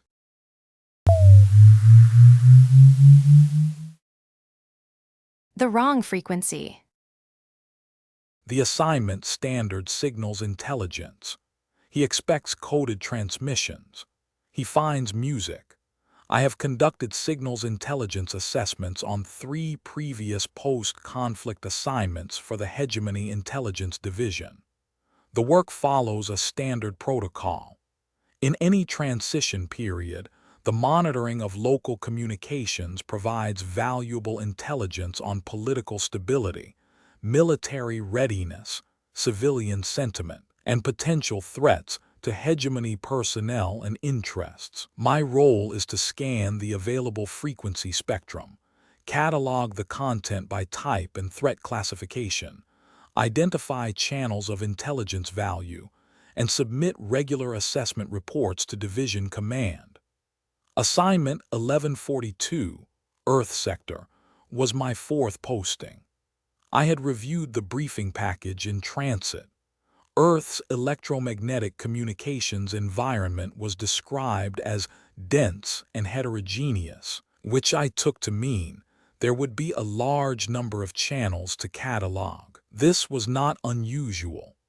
Dense communication environments typically contained a proportionate amount of intelligence-relevant content, military channels, government communications, encrypted diplomatic traffic, coded transmissions from irregular networks. I established my monitoring station on the 3rd day after arrival. The equipment was standard: a broad-spectrum receiver array, frequency isolation modules, automatic content classification software, and a manual analysis terminal for content that the automatic system could not classify. I began the frequency scan at 0600 on day 4. The first frequency I isolated was broadcasting music. I classified it entertainment, no intelligence value, and moved to the next frequency. The next frequency was also broadcasting music, different music. I classified it and moved on. The 3rd frequency was broadcasting music. The 4th was broadcasting music. The 5th was broadcasting what appeared to be a human speaking very rapidly about a competitive athletic event that had occurred the previous day. I classified all of these and continued scanning. By the end of the first day, I had cataloged 214 distinct broadcast frequencies. Of these, 147 were music in what appeared to be an extraordinarily varied range of styles and formats. 31 were speech-based programs of various types. 22 were mixed format. 14 were automated signals, weather data, navigation beacons, emergency broadcast systems. Intelligence-relevant channels identified, 0. I reviewed my catalog. I checked my equipment calibration. I expanded the scan range. I ran the classification software again. The results did not change. I submitted my first assessment report on day 5. The report stated, initial frequency scan complete, 214 channels cataloged, primary content types, entertainment music, entertainment speech, mixed format automated systems. No channels of intelligence value identified in initial scan. Expanding scan parameters for secondary sweep. Division Command responded, acknowledged. Continue scanning. Human communication infrastructure is known to be extensive. Intelligence-relevant channels may require deeper analysis to identify. I expanded the scan. Over the following 3 days, I cataloged an additional 412 frequencies. The breakdown was consistent with the initial scan, approximately 68% music, 18% speech, 9% mixed, 5% automated. Intelligence-relevant channels identified, 0. I began to suspect that the problem was not my scan parameters. On day 8, I isolated a frequency that I initially classified as a potential intelligence contact. The transmission pattern was unusual, a single human voice, speaking in a measured cadence with regular pauses. It did not match the rapid, overlapping pattern of the entertainment speech programs. The voice was calm. The delivery was deliberate. I listened for 4 minutes before the automatic classification system flagged the content. It was weather. A human was delivering the weather forecast, but he was not simply stating the meteorological data. He was, I am not certain of the correct term, narrating it. He said, "It's going to be a gray one out there tomorrow, folks. The kind of day where the clouds sit low and you can smell the rain before it comes. Temperatures in the low 50s. If you're heading out, bring a jacket. If you're staying in, well, that's probably the smart move." I sat with my headset on for a moment after the forecast ended. The information content was minimal: temperature, precipitation probability, wind conditions. But the delivery contained something the classification system had no category for. I classified it: weather, no intelligence value; delivery, narrative. Note: the human appears to be describing the weather as if it were an experience rather than a dataset. I moved to the next frequency. On day 10, I isolated a category of broadcast I had not encountered in my previous 3 assignments. The format was: a host, a human with a conversational speaking style, sat in a studio and received communications from other humans who were not in the studio. These humans called in using personal communication devices, apparently, and spoke to the host about problems they were experiencing in their personal lives. The problems were varied. One caller was having difficulty with a family member who did not approve of their career choice. One was struggling with a period of low mood that they could not identify a cause for. One was asking for advice about a neighbor's tree that was growing over their property boundary. The host listened to each caller. The host asked questions. The host offered suggestions, sometimes practical, sometimes philosophical, sometimes simply sympathetic. The callers thanked the host and disconnected. I listened to this program for 47 minutes before I remembered to check the classification. The automatic system had flagged it: speech personal. No intelligence value. This was correct. There was no intelligence value. A human was telling a stranger on the radio that they felt sad and they did not know why, and the stranger was saying, "That happens sometimes. It doesn't always have a reason. Have you talked to someone about it?" And the human had said, "I'm talking to you." And the host had said, "Yeah, I guess you are." I cataloged the program and noted: format, participatory personal discussion. Humans voluntarily share private emotional information with an anonymous public audience. Purpose unclear. No intelligence value. I found 7 more programs in this format over the following 4 days. They were all different hosts, different tones, different types of problems discussed, but they shared the same basic structure. Humans telling strangers about their lives, and strangers responding as though this were a normal and worthwhile activity. I noted, in my secondary log, the quantity of personal emotional content broadcast on open frequencies is significantly higher than anticipated. Humans appear to transmit emotional states publicly as a standard communication behavior. This has no parallel in any of my 3 previous signal environments. The catalog. His reports become longer. His threat assessments become shorter. In the 3rd week, I attempted to build a comprehensive content taxonomy for the human broadcast environment. This was a standard analytical step. Once the initial scan was complete, the analyst organized the content into a structured catalog that could be referenced in future assessments. The taxonomy should have been straightforward: military, government, commercial, entertainment, personal, automated, unclassified. The problem was the entertainment category.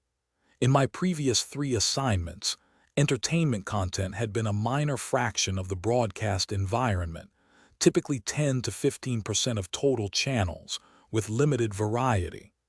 Music, if present, fell into a small number of clearly defined categories. Speech entertainment was rare. On Earth, entertainment content constituted approximately 80% of the broadcast environment, and the internal variety was staggering. Music alone required a subcategorization effort that consumed 3 full days. The humans had a concept they called genre, a categorical system for organizing music by style, instrumentation, tempo, cultural origin, historical period, and emotional character. The number of genres I identified exceeded 200. Some appeared to be subdivisions of other genres. Some appeared to be combinations of 2 or more genres. Some appeared to be defined primarily by what they were not. I encountered a genre called blues that was, according to the contextual information I could gather, music about sadness. I encountered a genre called punk that appeared to be music about anger. I encountered a genre called ambient that appeared to be music about nothing in particular, or, more precisely, music that was not about anything, but was instead designed to create a quality of atmosphere. I attempted to map the genre taxonomy to a hierarchical structure. The structure collapsed repeatedly. The genres did not organize hierarchically. They organized, as far as I could determine, rhizomatically, each one connected to multiple others through shared characteristics that were weighted differently depending on who was doing the categorizing.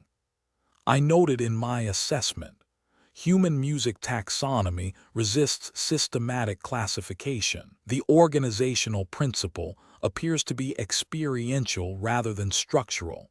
Genres are defined by how the music functions emotionally rather than by formal properties.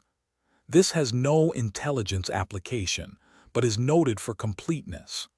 I should note, for the record, that the process of cataloging 200 music genres required extensive listening. This was professionally necessary. Content classification requires sufficient exposure to identify defining characteristics. I could not classify a genre without listening to representative samples. I listened to a great deal of human music in the 3rd and 4th weeks.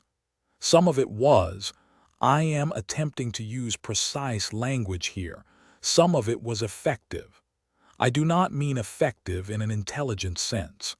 I mean it produced effects, a particular style that the humans classified as orchestral, large ensembles playing composed pieces with complex harmonic structures, produced a quality of attention in me that I had not expected. The music did not contain information. It was not communicating a message. It was doing something else, something I did not have a professional vocabulary for. I cataloged my response as an artifact of the assessment process and continued. I also encountered a category of music that the humans called lullabies, songs designed to help children fall asleep. These were simple, melodically repetitive, and sung in soft voices. They had no intelligence value. They had no informational content. They were, as far as I could determine, sounds that humans made to help small humans feel safe enough to close their eyes. I cataloged them and moved on, but I noted the category with more detail than was strictly necessary for the assessment. I found the program on a Tuesday. It was week 5. I was conducting an off-hours scan, not required by my assignment, but I had developed a practice of scanning in the late evening to check for frequency changes and overnight programming shifts. This was professionally justifiable. Communication patterns often changed at night.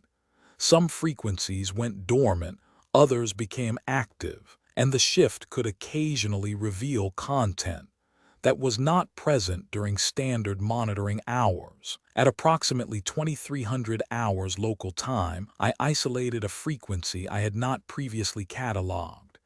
It was low power, a small broadcast radius, probably a local station. The signal was clean but quiet. A human was reading aloud. The voice was male, low, unhurried. There was no introduction, no station identification, no music. Just the voice reading. I listened. The content was, I determined after approximately 2 minutes, poetry. Human poetry. The human was reading poems one after another with brief pauses between them. No commentary, no explanation, no context for why these particular poems had been selected or what they meant. Just the voice and the words and the silence between them. The first poem I heard was about rain, not a weather report, not a description of meteorological conditions. A poem about rain, about the sound of it, the way it changed the color of the streets, the feeling of being inside while it fell outside. The poem said, "Listen to the rain. It has something to tell you, but it will not say it twice." I sat at my monitoring station and listened to the entire program.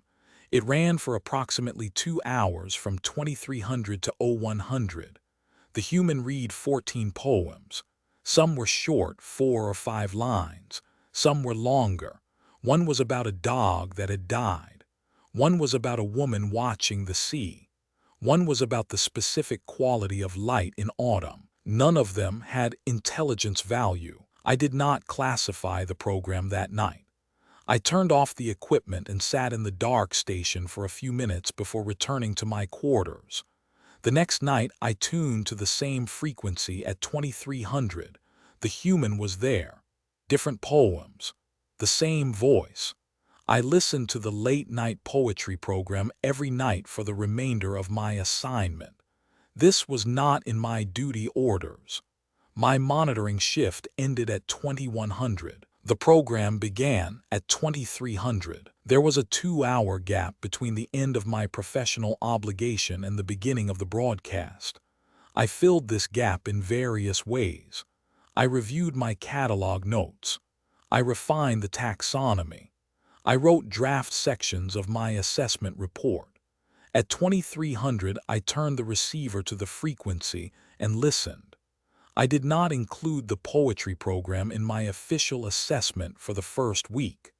This was because I was not certain how to classify it. It was not entertainment in the way the music stations were entertainment. There was no commercial structure, no audience participation, no apparent revenue model. It was not educational, though I was learning things from it that I could not have articulated on a form. It was not personal communication, though it felt, in some way I could not define, personal. In the 6th week, I added it to the catalog. I classified it as cultural, literary, low-power local broadcast, single narrator, content, poetry, varied authorship, no thematic pattern identified. Broadcast schedule, nightly 2300 to 0100. No intelligence value. The classification was accurate. It was also, I was aware, completely inadequate. The program's host, I never learned his name, he did not identify himself, had a particular way of reading. He did not perform the poems. He did not dramatize them. He read them as though they mattered, in a voice that suggested he had chosen each one for a reason he did not feel obligated to explain. I began to notice which poems stayed with me after the broadcast ended. There was one about a man who walked the same route to work every day for 30 years and noticed something new on the last day. There was one about 2 people sitting in a kitchen late at night, not speaking, and how the silence between them was a different kind of silence than being alone. There was one about stars, not astronomical data about stars, but stars as they appeared to a human standing in a field, looking up, knowing that the light had traveled a very long distance to reach them. I did not write these poems down, but I found, after 3 weeks of listening, that I could recall 3 of them in their entirety. I had memorized 3 human poems. This was not in my duty orders. The final report. No intelligence value detected. Recommend continued monitoring. I wrote the final assessment report on the last day of my assignment. The report was structured according to standard intelligence division format: executive summary, methodology, findings, threat assessment, and recommendations. The executive summary stated, comprehensive signals assessment of the Earth sector broadcast environment conducted over a period of 8 weeks, 626 distinct broadcast frequencies cataloged. Content classified across 6 primary categories: entertainment music, 68%, entertainment speech, 12%, mixed format, 9%, cultural literary, 3%, automated systems, 5%, unclassified, 3%. No channels of intelligence value identified. No encrypted military or government communications detected on civilian frequencies. No coded transmissions identified. Threat assessment, negligible. The methodology section described the scan parameters, equipment specifications, and classification protocols. It was thorough and unremarkable. The findings section was, I will acknowledge this, longer than standard. A standard signals assessment findings section for a negligible threat environment was typically 2 to 3 pages. Mine was 17 pages. I had included detailed descriptions of the content categories, the music genre taxonomy, the talk show format analysis, the weather narration phenomenon, and, in a subsection titled Cultural Literary Content, a 3-page description of the late-night poetry program. I reviewed the findings section before finalizing. 17 pages was unusual. I considered cutting it. The standard format did not require this level of detail for a negligible threat assessment. I kept all 17 pages. The detail was, I told myself, potentially useful for future analysts assigned to the Earth sector. The threat assessment was the shortest section of the report. It read, no intelligence threats identified in the Earth sector civilian broadcast environment.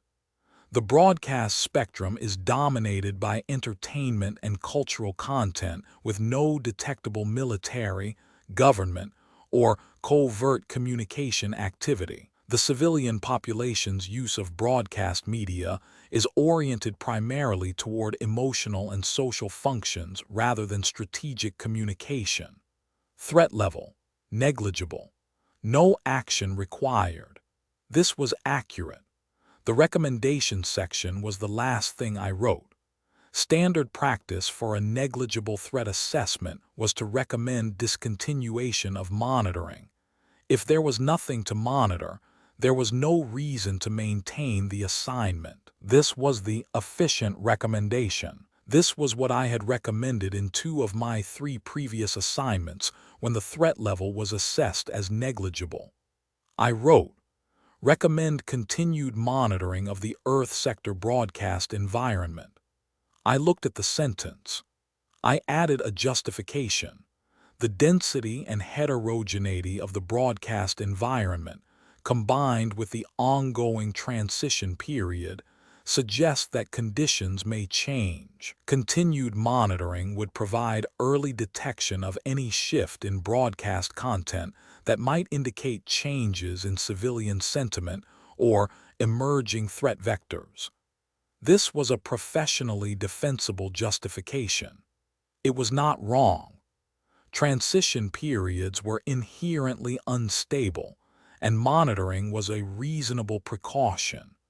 It was also not the reason I had written the recommendation. I wrote the recommendation because the late-night poetry program broadcast every night at 2300, and I was not certain that I wanted it to stop.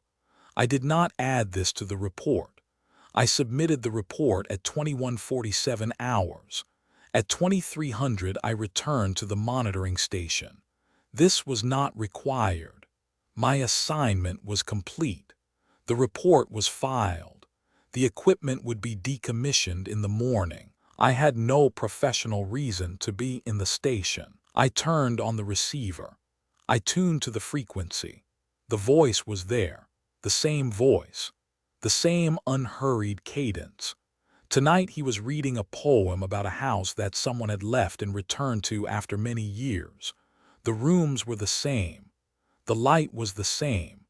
But the person standing in them was different, and the poem was about that difference, about how a place can stay still while the person who belongs to it keeps moving, and how coming back is never the same as never having left. I listened to the full program, 2 hours, 11 poems. The last poem was about silence, not the absence of sound. The poem made that distinction.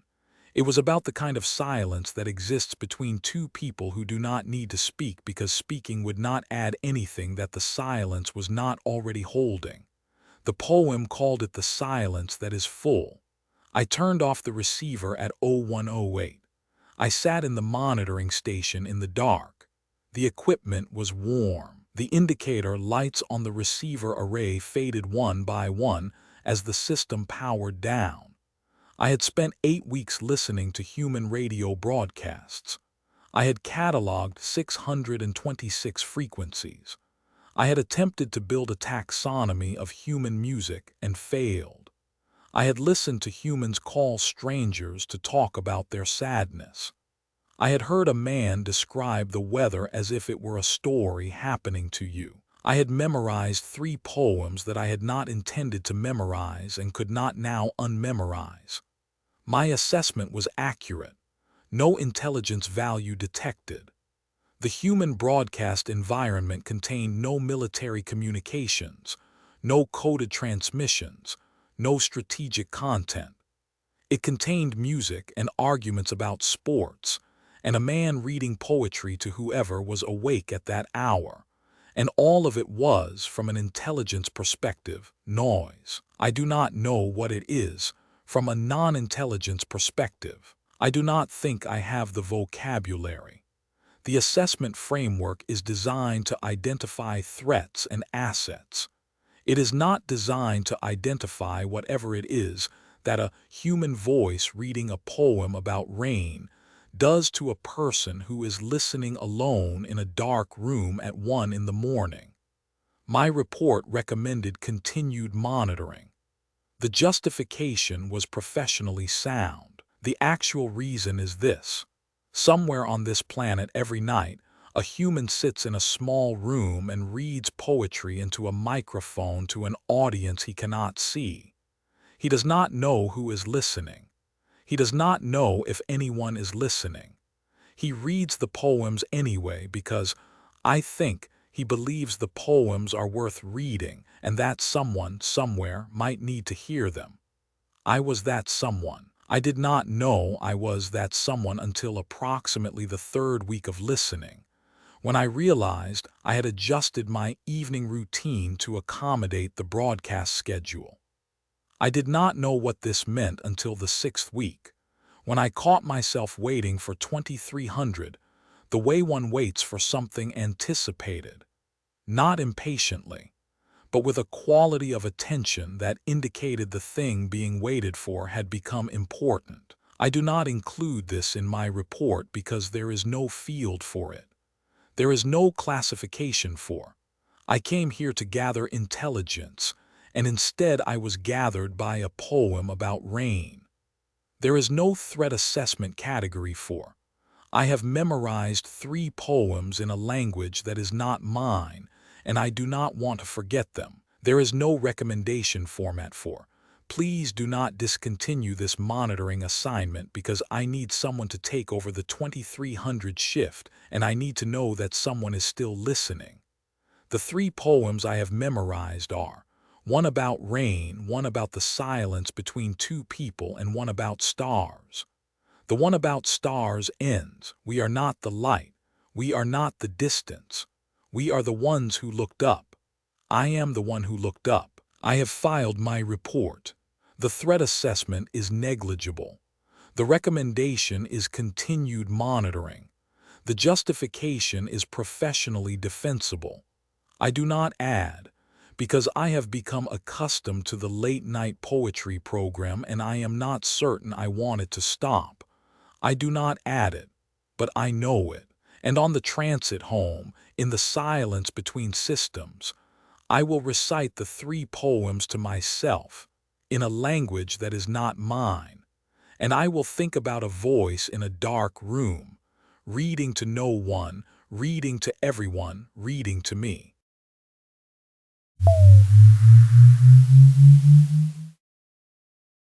The surgeon's hands. The medical exchange, she has performed 11,000 surgical procedures. This is the first one she does not understand.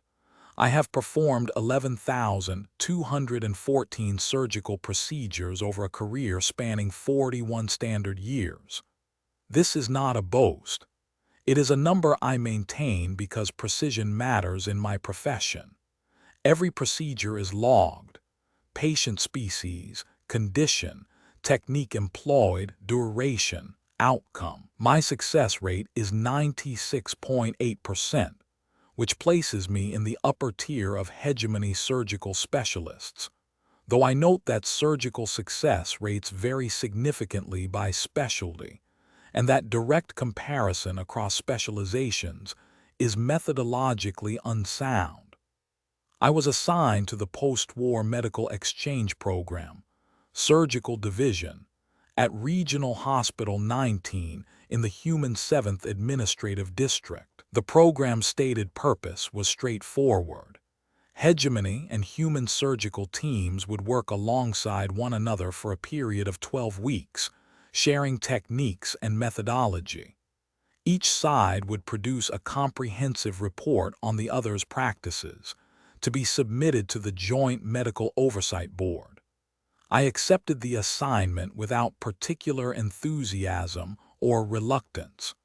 A professional exchange of surgical technique is useful. The humans had developed several approaches to soft tissue repair that the hegemony literature had noted as innovative. I was interested in observing these firsthand. I arrived at the hospital on the morning of the first day and was introduced to my primary counterpart, Dr. Lena Solis. She was the lead surgeon for the thoracic unit, my equivalent, in terms of specialization and seniority. She was approximately 50 human years old, which I understood to be late career but not yet approaching retirement. She had a firm handshake, a human greeting ritual I had been briefed on, and she said, "Welcome to her hospital." She hoped I would find the exchange productive. I said I was certain I would. She said there was a surgery scheduled for the afternoon. Would I like to observe? I said I would. The patient was a human male, 62 years old, presenting with a thoracic arterial blockage requiring bypass grafting. A serious but routine procedure. I had performed the hegemony equivalent approximately 800 times. I stood in the observation gallery above the operating theater. The surgical team assembled. Dr. Solis, 2 assisting surgeons, an anesthesiologist, 3 surgical nurses. Standard team composition for the procedure type. The operating theater was clean, well-lit, equipped with technology that was comparable to hegemony standard, perhaps slightly less precise in the imaging systems but adequate. Then someone turned on music. It came from a speaker mounted in the corner of the theater. A human instrumental piece, strings, I believe, with a slow rhythmic structure. Not loud. Present. I checked my briefing materials. There was no mention of auditory stimulation as a component of human surgical practice. I made a note, music during surgery, purpose unclear. Investigate. The patient was on the table. The anesthesiologist began administering sedation.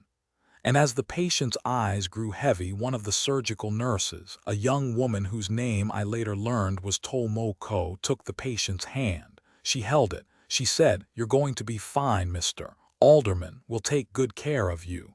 You'll be awake before you know it." The patient was unconscious within seconds. Nurse Tomoko held his hand for approximately 10 additional seconds after consciousness had clearly ceased, then gently placed it at his side and stepped back. I noted, nurse holds patient's hand during anesthesia induction. Patient unconscious, no medical function. Cultural practice. The surgery began. Dr. Solis was skilled. I noted this immediately. Her technique was precise, her movements economical, her decision-making rapid and well-informed. I would have been comfortable working alongside her. She made a lateral thoracotomy incision and began the bypass procedure with a confidence that came from long practice. And she was speaking, not to her team, though she communicated with them as needed. She was speaking to the patient, to the unconscious patient. "All right, Mr. Alderman, I'm making the incision now. Everything looks good in there. Nice healthy tissue around the site." She continued this throughout the procedure, a quiet, steady narration of what she was doing, directed at a man who could not hear her. I made a note. The note was longer than I had intended. Lead surgeon narrates procedure to unconscious patient. No medical justification. Patient is under general anesthesia. Auditory processing is suppressed. The narration cannot be perceived, yet the surgeon maintains it consistently throughout the procedure. This does not appear to be habitual self-narration for focus purposes. The tone and phrasing are directed at the patient specifically. "You're doing great, Mr. Alderman." The patient is not doing anything. He is unconscious. I underlined the last sentence. Then I crossed out the underlining. It was an observation, not an editorial comment. The surgery was successful. Duration, 3 hours, 17 minutes. No complications. Dr. Solis's bypass technique was, I noted, genuinely innovative. She used a grafting approach I had not seen in the hegemony literature, and I made detailed notes on the method for my report. Then the patient was moved to recovery, and something happened that was not in any briefing document I had received. Family members were allowed in, not after the patient regained consciousness, not after a medical assessment confirmed stable condition. Almost immediately, 2 people, a woman approximately the patient's age and a younger woman I took to be a daughter, were escorted into the recovery area while the patient was still unconscious. They did not stand at a professional distance. The older woman sat beside the bed and took the patient's hand. The younger woman touched his forehead, a gentle, brushing motion across the skin. They spoke to him in low voices. "We're here, Dad. Everything went perfectly. You rest now." He was unconscious. He could not hear them. They knew this. They spoke to him anyway. I stood in the corridor and made notes. My notes were, I realized, developing 2 distinct sections. The first section was the expected content: human surgical technique, equipment specifications, procedural methodology, areas of innovation. This section was growing at a normal rate. The second section had no official category. I labeled it, provisionally, non-medical practices observed during surgical procedures. I did not yet know that this section would become the longest part of my report. The practices. She has a category for everything. The category keeps expanding. Over the following 3 weeks, I observed 14 additional surgeries performed by the human team. The non-medical practices were consistent. Music was played in 12 of the 14 procedures. The selection appeared to be at the discretion of the lead surgeon. Dr. Solis preferred string compositions, slow, melodic, without percussion. Dr. Patel, a cardiovascular specialist, preferred what the humans called jazz, improvisational, rhythmically complex.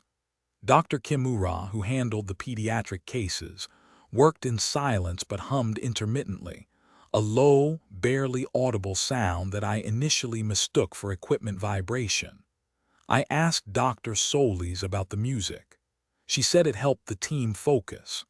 I noted that the evidence for auditory stimulation improving surgical performance was, at best, mixed. She said she knew that. She said it helped anyway. I did not have a category for "it helps anyway." The hand-holding during anesthesia induction was performed by Nurse Tomoko in every procedure I observed her attend.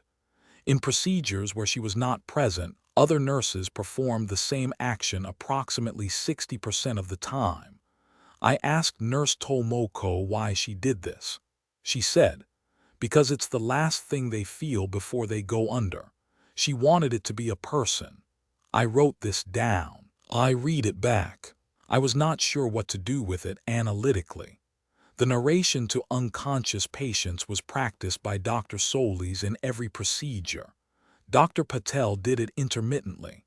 Dr. Kimura did not narrate but maintained physical contact with pediatric patients, a hand on the child's arm or shoulder, whenever sterile protocol permitted.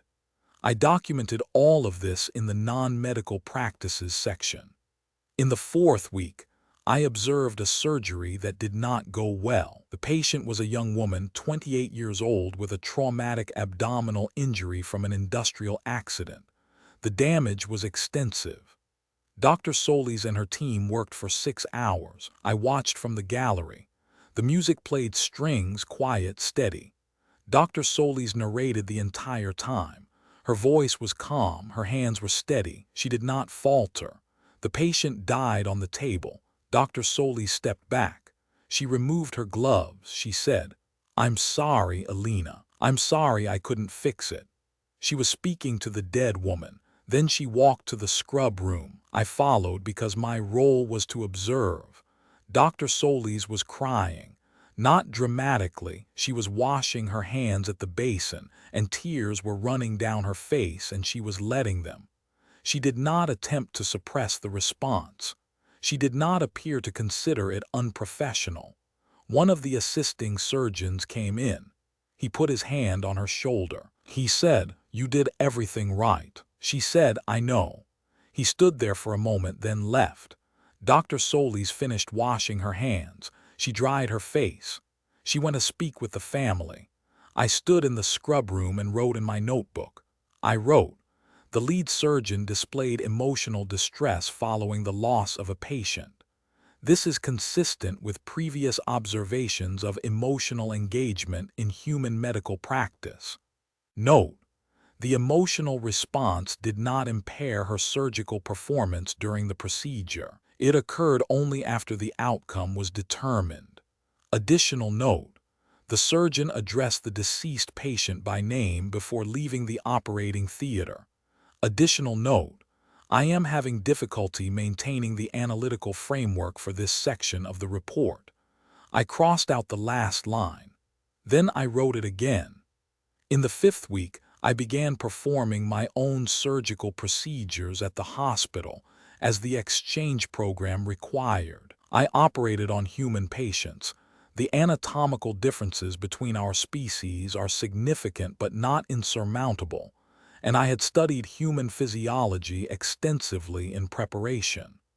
Dr. Solis observed my first 3 procedures and provided useful feedback on human tissue response characteristics. She said my technique was excellent. She said I had very steady hands. I did not play music. I did not narrate. I performed the procedures in the hegemony manner. Silent, focused, efficient. My outcomes were good.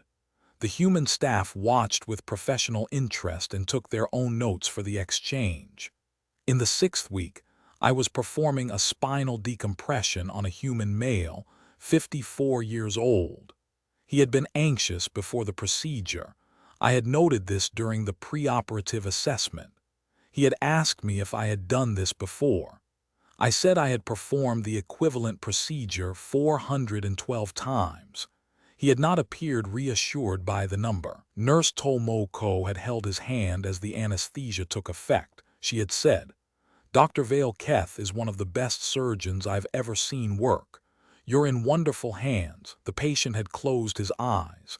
The operating theater was silent. I made my incision, and I said, "I am beginning the procedure now. The incision is clean. The tissue looks healthy." I do not know why I said it. The patient could not hear me. I knew this with absolute medical certainty. General anesthesia suppresses auditory processing. There is no pathway by which my words could reach his consciousness. I knew this. I continued, "I am now accessing the spinal column. Everything is proceeding normally."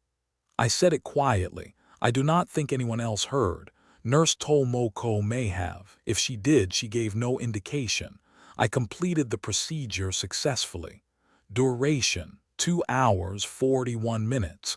No complications. I did not record the narration in my operative notes. I narrated my next procedure as well, and the one after that. I did not make a decision to do this. It was not a methodological choice.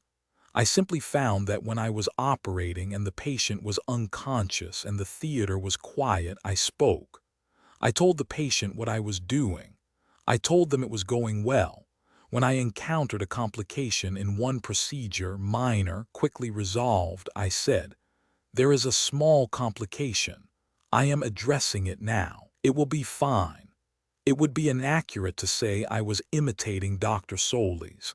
Her narration was warm, personal. She used patients' names. She offered reassurance in a tone that implied genuine emotional investment. My narration was clinical. I described what I was doing in precise medical terminology. I did not use names. I did not offer comfort. But I was talking to people who could not hear me. I did not add this to the non-medical practices section of my report. This was not, I told myself, because I was uncomfortable with the observation. It was because I was the observer, not the subject. My own behavior was not within the scope of the exchange report.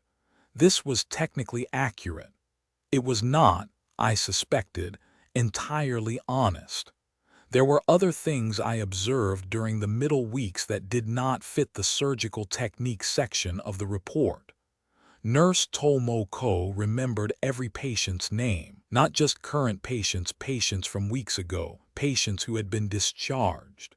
When a former patient's family member stopped by the hospital to drop off a package of food for the staff, Nurse Tomoko asked, "How is Mr. Alderman doing? Is he walking yet? Tell him we said hello." The family member cried, not from sadness, from something I did not have a word for. There were cards on the wall of the staff break room. Paper cards handwritten from former patients. "Thank you for taking care of my mother. You saved my husband's life and you held his hand while you did it. Our daughter says she wants to be a nurse when she grows up because Nurse Tomoko was so kind to her." I read 37 of these cards over the course of the exchange.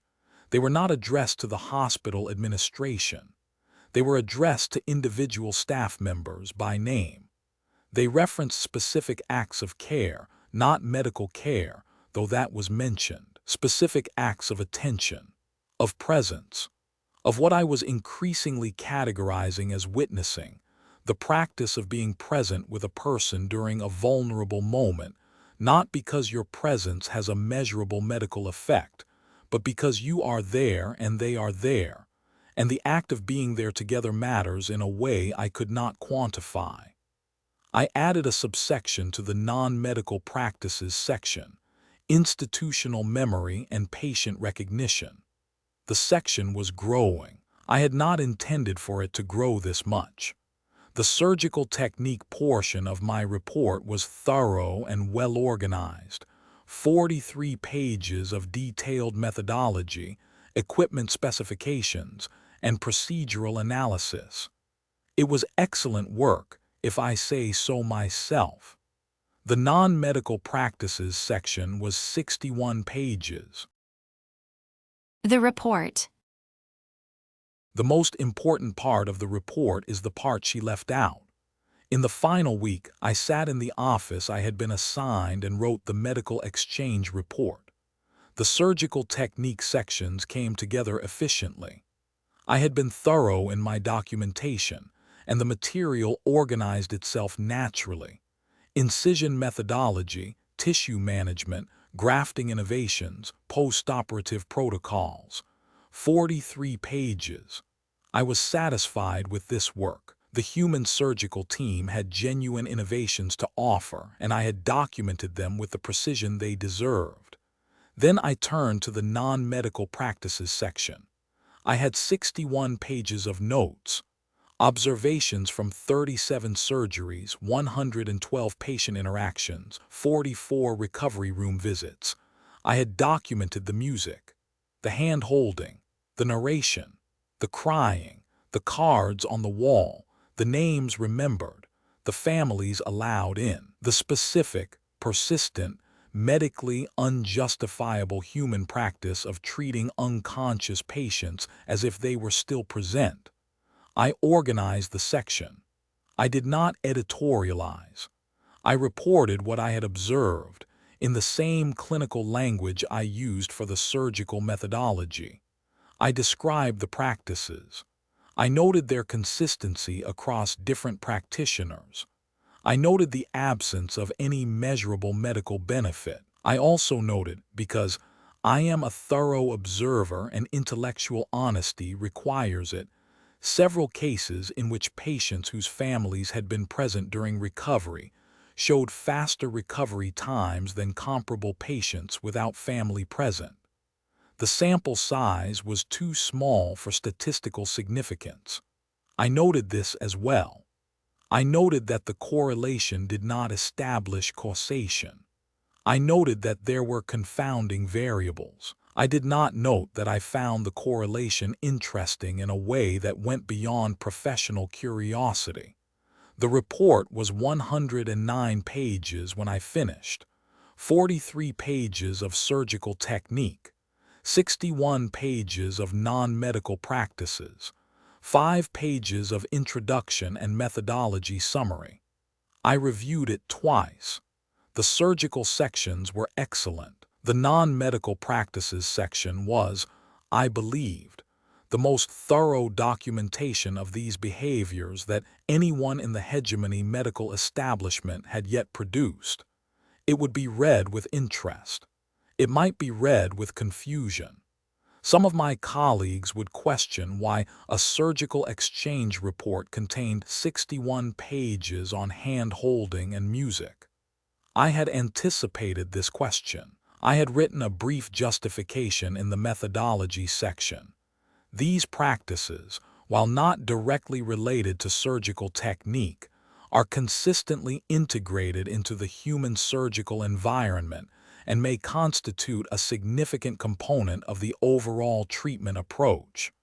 They are documented here for completeness. This was true.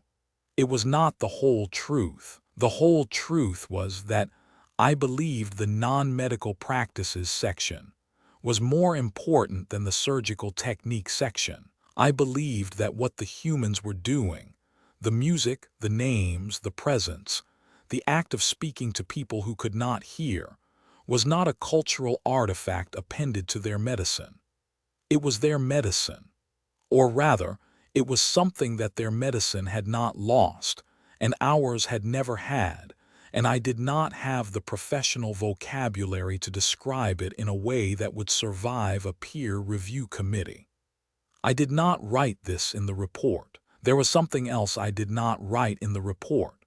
On the last day, Dr. Solis walked me to the hospital entrance. She said, "It had been a genuine pleasure working with me." She said my surgical technique was among the finest she had ever observed. She said she hoped the report would be well received. I said it would be. I said her bypass grafting technique was innovative and would be of significant interest to the hegemony surgical community. She paused. Then she said, "Did I learn anything else?"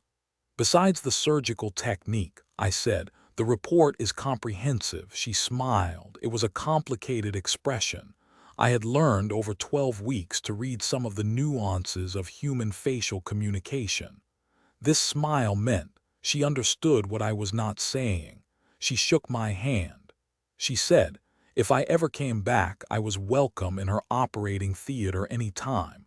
I said I would remember that. Nurse Tomoko was at the nursing station as I passed. She said, "Goodbye, Dr. Vale-Keth." She said, "I hope you know you were wonderful with the patients. They always said so in recovery." I said, "I performed the procedures to the best of my ability." She said, "That's not what I meant." I knew it was not what she meant. I submitted the report. It was received, reviewed, and distributed through the appropriate channels. I was told the surgical technique sections were highly valued. I was told the non-medical practices section was interesting and would be forwarded to the Cultural Studies Division for further analysis. I returned to the Hegemony Surgical Center where I had practiced for the previous 23 years. I resumed my normal surgical rotation. I performed a vascular reconstruction on my first day back, standard procedure. I had done it 940 times before.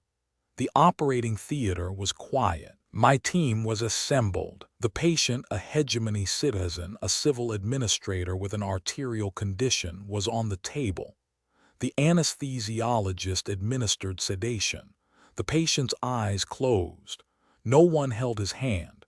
I made my incision, and I said, "I am beginning the procedure now. The incision is clean. Everything looks normal." I said it quietly.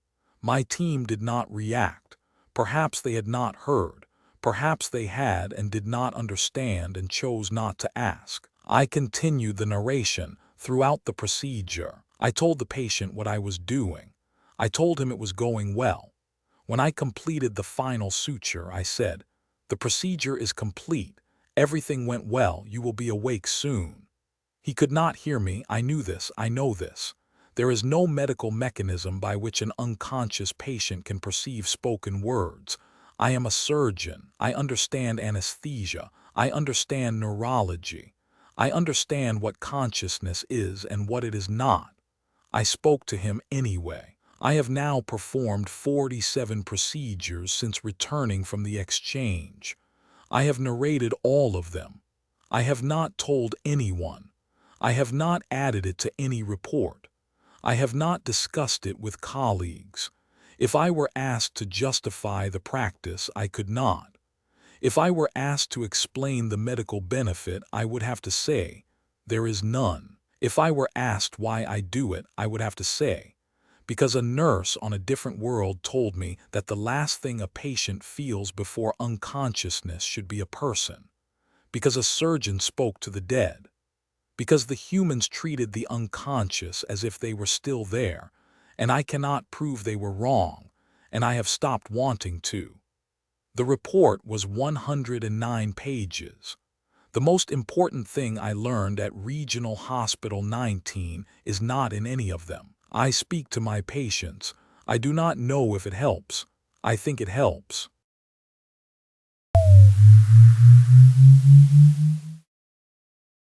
The dog. The security breach. The animal has no weapons. It has no training. It licks his hand. I have served as security officer for Joint Administrative Compound 7 for 11 months.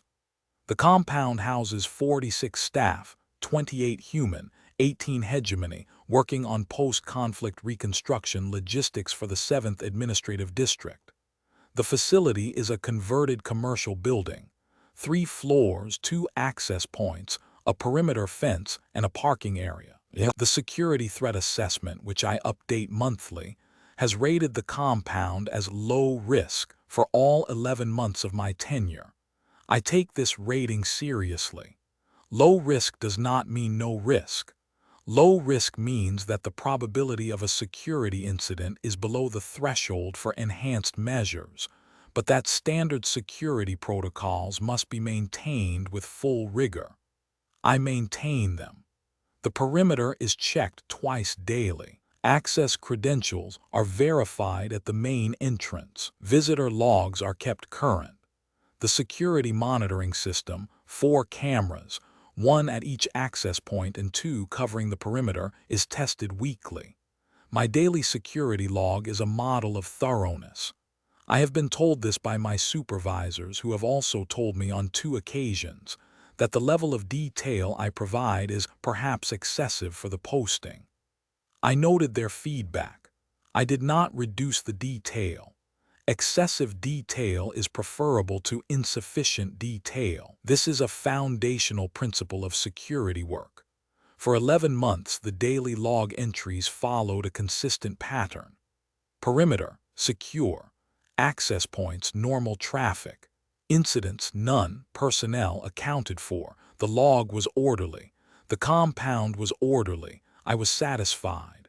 Then, on a Tuesday morning in the 37th week, a human staff member named David Chen arrived at the main entrance with an animal. The animal was approximately knee-height to a human adult. It had 4 legs, a tail, a coat of golden brown fur, and a broad, flat face with an expression I could not immediately categorize. It was attached to David Chen by a length of woven material, a leash. I was later informed. I stopped David Chen at the entrance checkpoint. I said, "What is the animal?" He said, "This is Biscuit. She's a dog, a golden retriever." I said, "What is the animal's function at the compound?" He said, "She doesn't have a function. She's my dog." His housing situation had changed and he could no longer leave her at home during the day.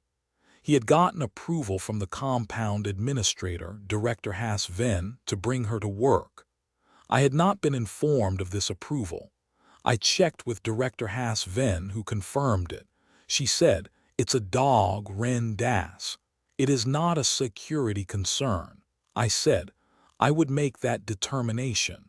I conducted a threat assessment. The assessment took 4 pages of my security notebook. I documented the animal species, Canis lupus familiaris, domestic dog, retriever variant, approximate weight 28 kilograms, physical capabilities 4-legged locomotion, jaw strength sufficient for recreational chewing but not structural damage, no observable weapons or natural armaments beyond standard mammalian dentition. Behavioral characteristics, observed over 1 hour of initial assessment. Docile, gregarious, prone to sitting, tail in near constant lateral motion. I evaluated the animal against the standard hegemony security threat matrix. Category 1, intent to cause harm, no indicators. Category 2, capability to cause harm. Minimal, the animal could theoretically bite but showed no aggressive tendencies. Category 3, access to sensitive materials. The animal could not operate doors, access terminals, or read documents. Category 4, intelligence asset risk. The animal did not appear to be an intelligence asset. It had spent the assessment period attempting to lick my hand. Threat level, 0. I filed the assessment. It was the most thorough threat evaluation I had ever conducted on an entity with a threat level of 0. I permitted the animal to enter the compound, noting in the security log, non-standard fauna admitted per Director Has Ven authorization. Threat assessment completed. See attached document. Monitoring ongoing. The animal Biscuit spent the morning under David Chen's desk on the 2nd floor. I monitored via the corridor camera. It lay on its side. It appeared to be sleeping. At 10:47 it stood up, stretched in an elaborate full-body motion, and walked out of David Chen's office into the corridor. I tracked its movement through the building. It walked to the water station in the break room where someone had placed a bowl of water on the floor. This had been done without my authorization, but I chose not to escalate. It drank. It walked down the corridor. It entered the office of 10 Rower, the hegemony logistics coordinator. I watched the camera feed. The animal walked up to 10 Rower, who was working at her terminal. It sat down next to her chair. 10 rower looked down. The animal looked up. Its tail moved. 10 rower reached down and touched the animal's head. This was, to my knowledge, the first physical contact between 10 rower and a non-hegemony species of any kind. 10 rower was not known for interpersonal warmth. She was known for logistic spreadsheets and a general demeanor that discouraged unnecessary interaction. She touched the animal's head for approximately 14 seconds. The animal's tail increased its lateral motion. 10 rower returned to her work. The animal remained beside her chair for 40 minutes before moving on. I noted, animal made contact with hegemony personnel. No security implications. Monitoring. In the afternoon, the animal found me. I was at my security station near the main entrance, a desk with monitors showing the camera feeds, my log notebook, and a communication terminal. The animal appeared from the corridor, walked directly to my station, and sat down approximately half a meter from my chair. It looked at me. Its tail moved. I looked at it. It leaned forward and licked my hand. The sensation was, I do not have a precise term for it, warm, wet, unexpected. The animal's tongue was large and soft, and it applied the lick with a thoroughness that suggested either affection or a salt deficiency. I checked the security literature. There was no protocol for this. I said, the animal has made physical contact. No one was listening. I was speaking to my security log. I noted 14:23 animal approached security station. Physical contact initiated by animal lingual application to dorsal surface of right hand. No hostile intent detected. Contact was not unpleasant. I crossed out the last 3 words, then I wrote them again. They were accurate. The extended assessment. He is still assessing. The assessment may take some time. Over the following weeks, I maintained observation of the animal as part of my ongoing security monitoring duties. This was, I determined, within the scope of my responsibilities. The animal was a non-standard presence in the compound. Continued observation was prudent. The fact that the observation required no security justification beyond the initial threat assessment was noted. I continued anyway. The animal, I will use its designation, Biscuit, for clarity in the log, developed consistent behavioral patterns that I documented. Morning routine. Biscuit arrived with David Chen at approximately 08:15 each day. She proceeded to his office, where she occupied a position under his desk until approximately 10:30. She then conducted what I came to think of as her rounds. A circuit of the building that included the break room, water, 10 rowers' office, sitting, the second-floor conference room. If a meeting was in progress, she entered and lay down. If not, she passed. The ground floor corridor, general patrol, and my security station, sitting. Afternoon routine. Biscuit spent the hours between 13:00 and 15:30 in a rotating selection of offices. She appeared to have preferences. She spent the most time with 10 rower, which continued to surprise me. She spent significant time with Asha Okafor, the human records coordinator who kept treats in her desk drawer. She spent time with Has Ven, the director, who claimed to be indifferent to the animal but who I observed, via camera, scratching behind its ears on multiple occasions. At approximately 15:30 each afternoon, Biscuit came to my security station and sat down beside my chair. She remained there until David Chen departed at 17:00. I did not invite this behavior. I did not encourage it. I did not discourage it. My security log, which had been a model of orderly consistency for 11 months, began to develop a structural anomaly. The standard entries remained: perimeter checks, access records, incident reports, of which there were none. but a new subsection was appearing with increasing regularity. I labeled it initially non-standard fauna monitoring. Then I shortened it to animal observation notes. Then, by the fourth week, I stopped labeling it entirely. It had become a daily entry, as routine as the perimeter check. Sample entries from weeks 39 and 40. Week 39, Tuesday. Biscuit arrived 08:17. Morning rounds conducted on schedule. Extended stay in conference room during budget review meeting.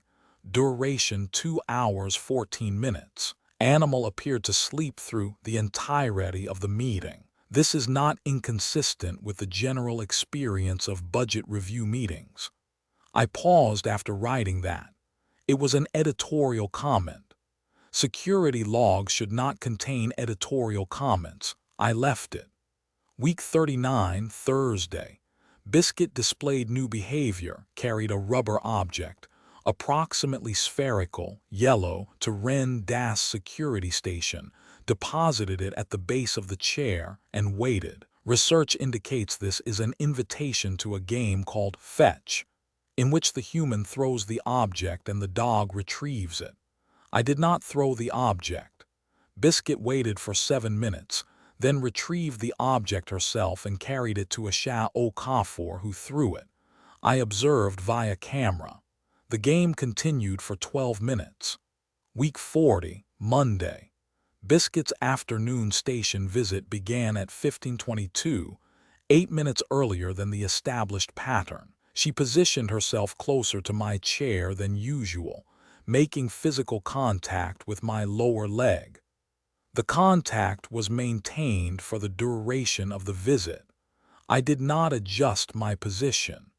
In the 6th week of the animal's presence at the compound, I made a practical decision regarding nutrition. Biscuit, I had observed, sometimes arrived at my station in the afternoon showing signs of mild hunger, increased attention to my food container, subtle orientation toward the break room, a general restlessness that resolved when David Chen provided an afternoon meal at 16:00. The gap between her midday feeding and the afternoon feeding was, by my assessment, slightly longer than optimal for an animal of her size and activity level. This was not a security concern. I note this for the record. I began setting aside a small portion of my own midday meal for the animal. Not human food. I had researched canine dietary requirements and determined that several components of standard hegemony field rations were compatible with the canine digestive system. I selected items that were appropriate: a protein supplement that resembled dried meat, a grain-based component, and occasionally, a piece of the reconstituted fruit that Biscuit showed particular enthusiasm for. I kept these items in a small container in the lower drawer of my security station desk. When Biscuit arrived for her afternoon visit, I placed the container on the floor beside my chair. She ate. She then sat beside me, sometimes leaning against my leg until David Chen departed. David Chen noticed. He said, "Are you feeding my dog?" I said, "I am providing supplemental nutrition during a gap in the animal's feeding schedule." He said, "You're feeding my dog." I said, "The characterization was not inaccurate." He said, "She likes you." I said that the animal's behavioral patterns were consistent with a preference for my station. Yes. He said, "No, she likes you. Dogs choose people. She chose you." I did not know what to do with this information. I noted it in the log. David Chen reports that the animal has chosen me. Unclear what this means in operational terms. No security implications. Feeding protocol continues. There was an additional observation I recorded during this period, though I was uncertain which section of the log it belonged in. The animal was changing the compound, not structurally, not operationally. The work continued as before: meetings, reports, logistics coordination. The security profile remained unchanged. but the interactions between staff members were different. Before the animal's arrival, the compound operated with professional courtesy between its human and hegemony staff. Communication was efficient, collaborative when necessary, and maintained appropriate professional distance. This was normal for a joint posting. The war had been over for some time, but the relationship between our species was still navigating the space between former adversaries and current colleagues. The animal did not respect this space. Biscuit approached hegemony personnel with exactly the same enthusiasm she approached human personnel. She did not distinguish. She sat with 10 rower in the same way she sat with a HFY. She greeted Has Ven at the door with the same tail-wagging excitement she showed David Chen. She leaned against my leg in the same way she leaned against the human logistics staff, and something happened as a result. I observed 10 rower and a HFY having a conversation about the animal that transitioned, without any apparent awkwardness, into a conversation about their respective home worlds. 10 rower described a small burrowing creature from her province that she had been fond of as a child. A HFY showed 10 rower photographs of her family's cat. They talked for 20 minutes. It was the longest non-work conversation I had observed between a hegemony and human staff member at the compound. In the conference room, during meetings, Biscuit lay in the center of the floor and slept. Both hegemony and human staff stepped over her to reach their seats. Several people from both species paused to touch her on the way past. I watched a hegemony trade analyst and a human supply coordinator both reach down to pet the dog at the same time and share a look that I can only describe as mutual recognition.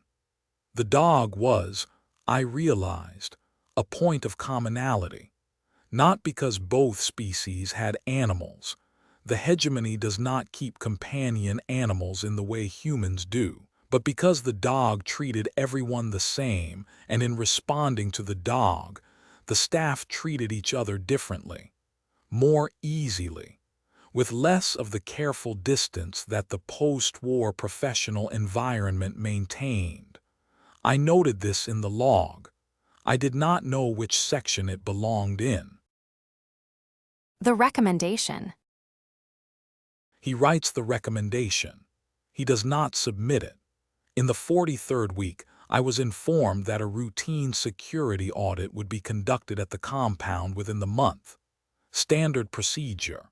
The audit would review all security protocols, access logs, incident reports, and any outstanding compliance issues. The animal was an outstanding compliance issue. The Hegemony Security Manual does not have a provision for non-working animals in administrative facilities. The manual has extensive provisions for working animals, guard animals, detection animals, patrol animals, all of which require registration, health certification, handler assignment, and behavioral assessment. Companion animals, animals kept for no functional purpose, are not addressed. The manual's silence on the topic was, by strict interpretation, neither permission nor prohibition. But a security audit would ask about the animal, and I would need to provide a recommendation. I sat at my station on a Wednesday afternoon. Biscuit was beside my chair, asleep, her head resting on my foot. I opened a new document and began drafting the recommendation. Security Recommendation, Joint Administrative Compound 7-RE, Non-Standard Fauna Presence, Domestic Canine Designation Biscuit. I wrote the background section. I summarized the animal's arrival, the director's authorization, and my initial threat assessment. I described the animal's daily patterns, its behavioral profile, and its interactions with compound personnel. I noted the threat level, 0. I wrote the compliance section. I cited the relevant passages of the security manual. I noted the absence of specific provisions for companion animals. I noted that the manual's silence could be interpreted multiple ways, but that, for audit purposes, the most defensible position was to apply the general provision for unauthorized items in secure facilities. I wrote the recommendation. Based on the foregoing analysis, it is recommended that the animal be removed from the compound prior to the scheduled security audit, or that formal authorization be obtained through the joint administrative oversight process, including registration, health certification, and behavioral assessment per the working animal provisions of the security manual. The recommendation was technically correct. It was professionally written. It was, by any standard of security documentation, exactly what should have been filed. I looked at the dog sleeping on my foot. I saved the document. I did not submit it. I told myself I had not submitted the recommendation because the audit was still several weeks away and there was no urgency. This was true. I told myself that the formal authorization process was an alternative path that would achieve compliance without removing the animal. This was also true. I told myself that the compound's operational efficiency had not been negatively impacted by the animal's presence, and that a case could be made, a reasonable case, supported by my own observations, that the animal had a net positive effect on interspecies staff relations. This was true as well, though it was not the kind of argument that typically appeared in security recommendations. I did not tell myself the actual reason I had not submitted the recommendation. The actual reason was sitting beside my chair with its head on my foot, breathing slowly, occasionally making small sounds in its sleep that I had come to find. I searched for the appropriate professional term and could not find one pleasant. The actual reason was that at 15:30 each afternoon, an animal with no weapons, no training, no apparent function, and a threat level of 0 walked to my station and chose to sit with me. Not because I fed it, though I did. Not because I was assigned to it, though no one was, because it wanted to. I had spent 23 years in security. I had assessed threats, managed perimeters, evaluated risks. I had a methodology for everything. I did not have a methodology for an animal that wanted to sit with me. I filed the unsigned recommendation in the lower drawer of my desk, beneath the container of food I kept for the dog. The security audit was conducted. I was asked about the animal. I said, "A companion animal is present at the compound under the director's authorization. The threat assessment is on file. The threat level is 0. The auditor noted this. She asked if I had a recommendation. I said, "The matter is under review." She moved on to the next item. The audit was completed. The compound received a satisfactory rating. The animal was noted in the findings as a non-standard accommodation requiring formal documentation. This documentation was requested but not assigned a deadline. I returned to my station. Biscuit was there, sitting beside the empty chair, waiting. When I sat down, she put her head on my foot.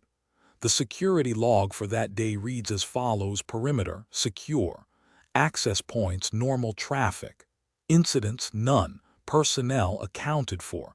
Audit, completed, satisfactory rating. Action items, formal documentation of non-standard fauna presence pending. Animal present, behavior nominal. This was the official log. In my personal notebook, not the security log, not the official documentation, a notebook I keep in my quarters, I maintained a separate set of entries. These entries were not security documentation. They would not be included in any audit. They were, I suppose, something closer to what the humans would call a journal. I had not kept one before the animal arrived. I am not certain why I started. The entries documented things that did not belong in a security log. That Biscuit's favorite spot in the compound, was the patch of sunlight that fell across the ground floor corridor between 14:00 and 15:00, and that she positioned herself in it with a precision that suggested she had mapped the sun's arc through the building, that she made a specific sound, a low, contented vibration, when she was touched behind her ears, and that this sound was different from the sound she made when she was greeting someone, which was different from the sound she made when she wanted food, that she had 3 distinct tail-wagging patterns: a broad, full-body sweep for greetings, a moderate, steady rhythm for contentment, and a rapid, focused oscillation for excitement, usually related to food or the yellow ball, that she had been afraid of the thunderstorm in week 41 and had pressed herself against my leg under the desk, and I had placed my hand on her back until the storm passed, and she had looked up at me with an expression that I could not professionally categorize but that I recognized in a way that did not require professional categorization, that she came to me every afternoon, without fail, without instruction, without obligation. She came because she came, and she sat because she sat, and I was beginning to understand that this was not a thing that required explanation. Some things do not have operational justifications. Some things simply are. The final entry in my personal notebook reads, "Nella was at the station today. She put her head on my foot at 15:34. She slept until 16:47.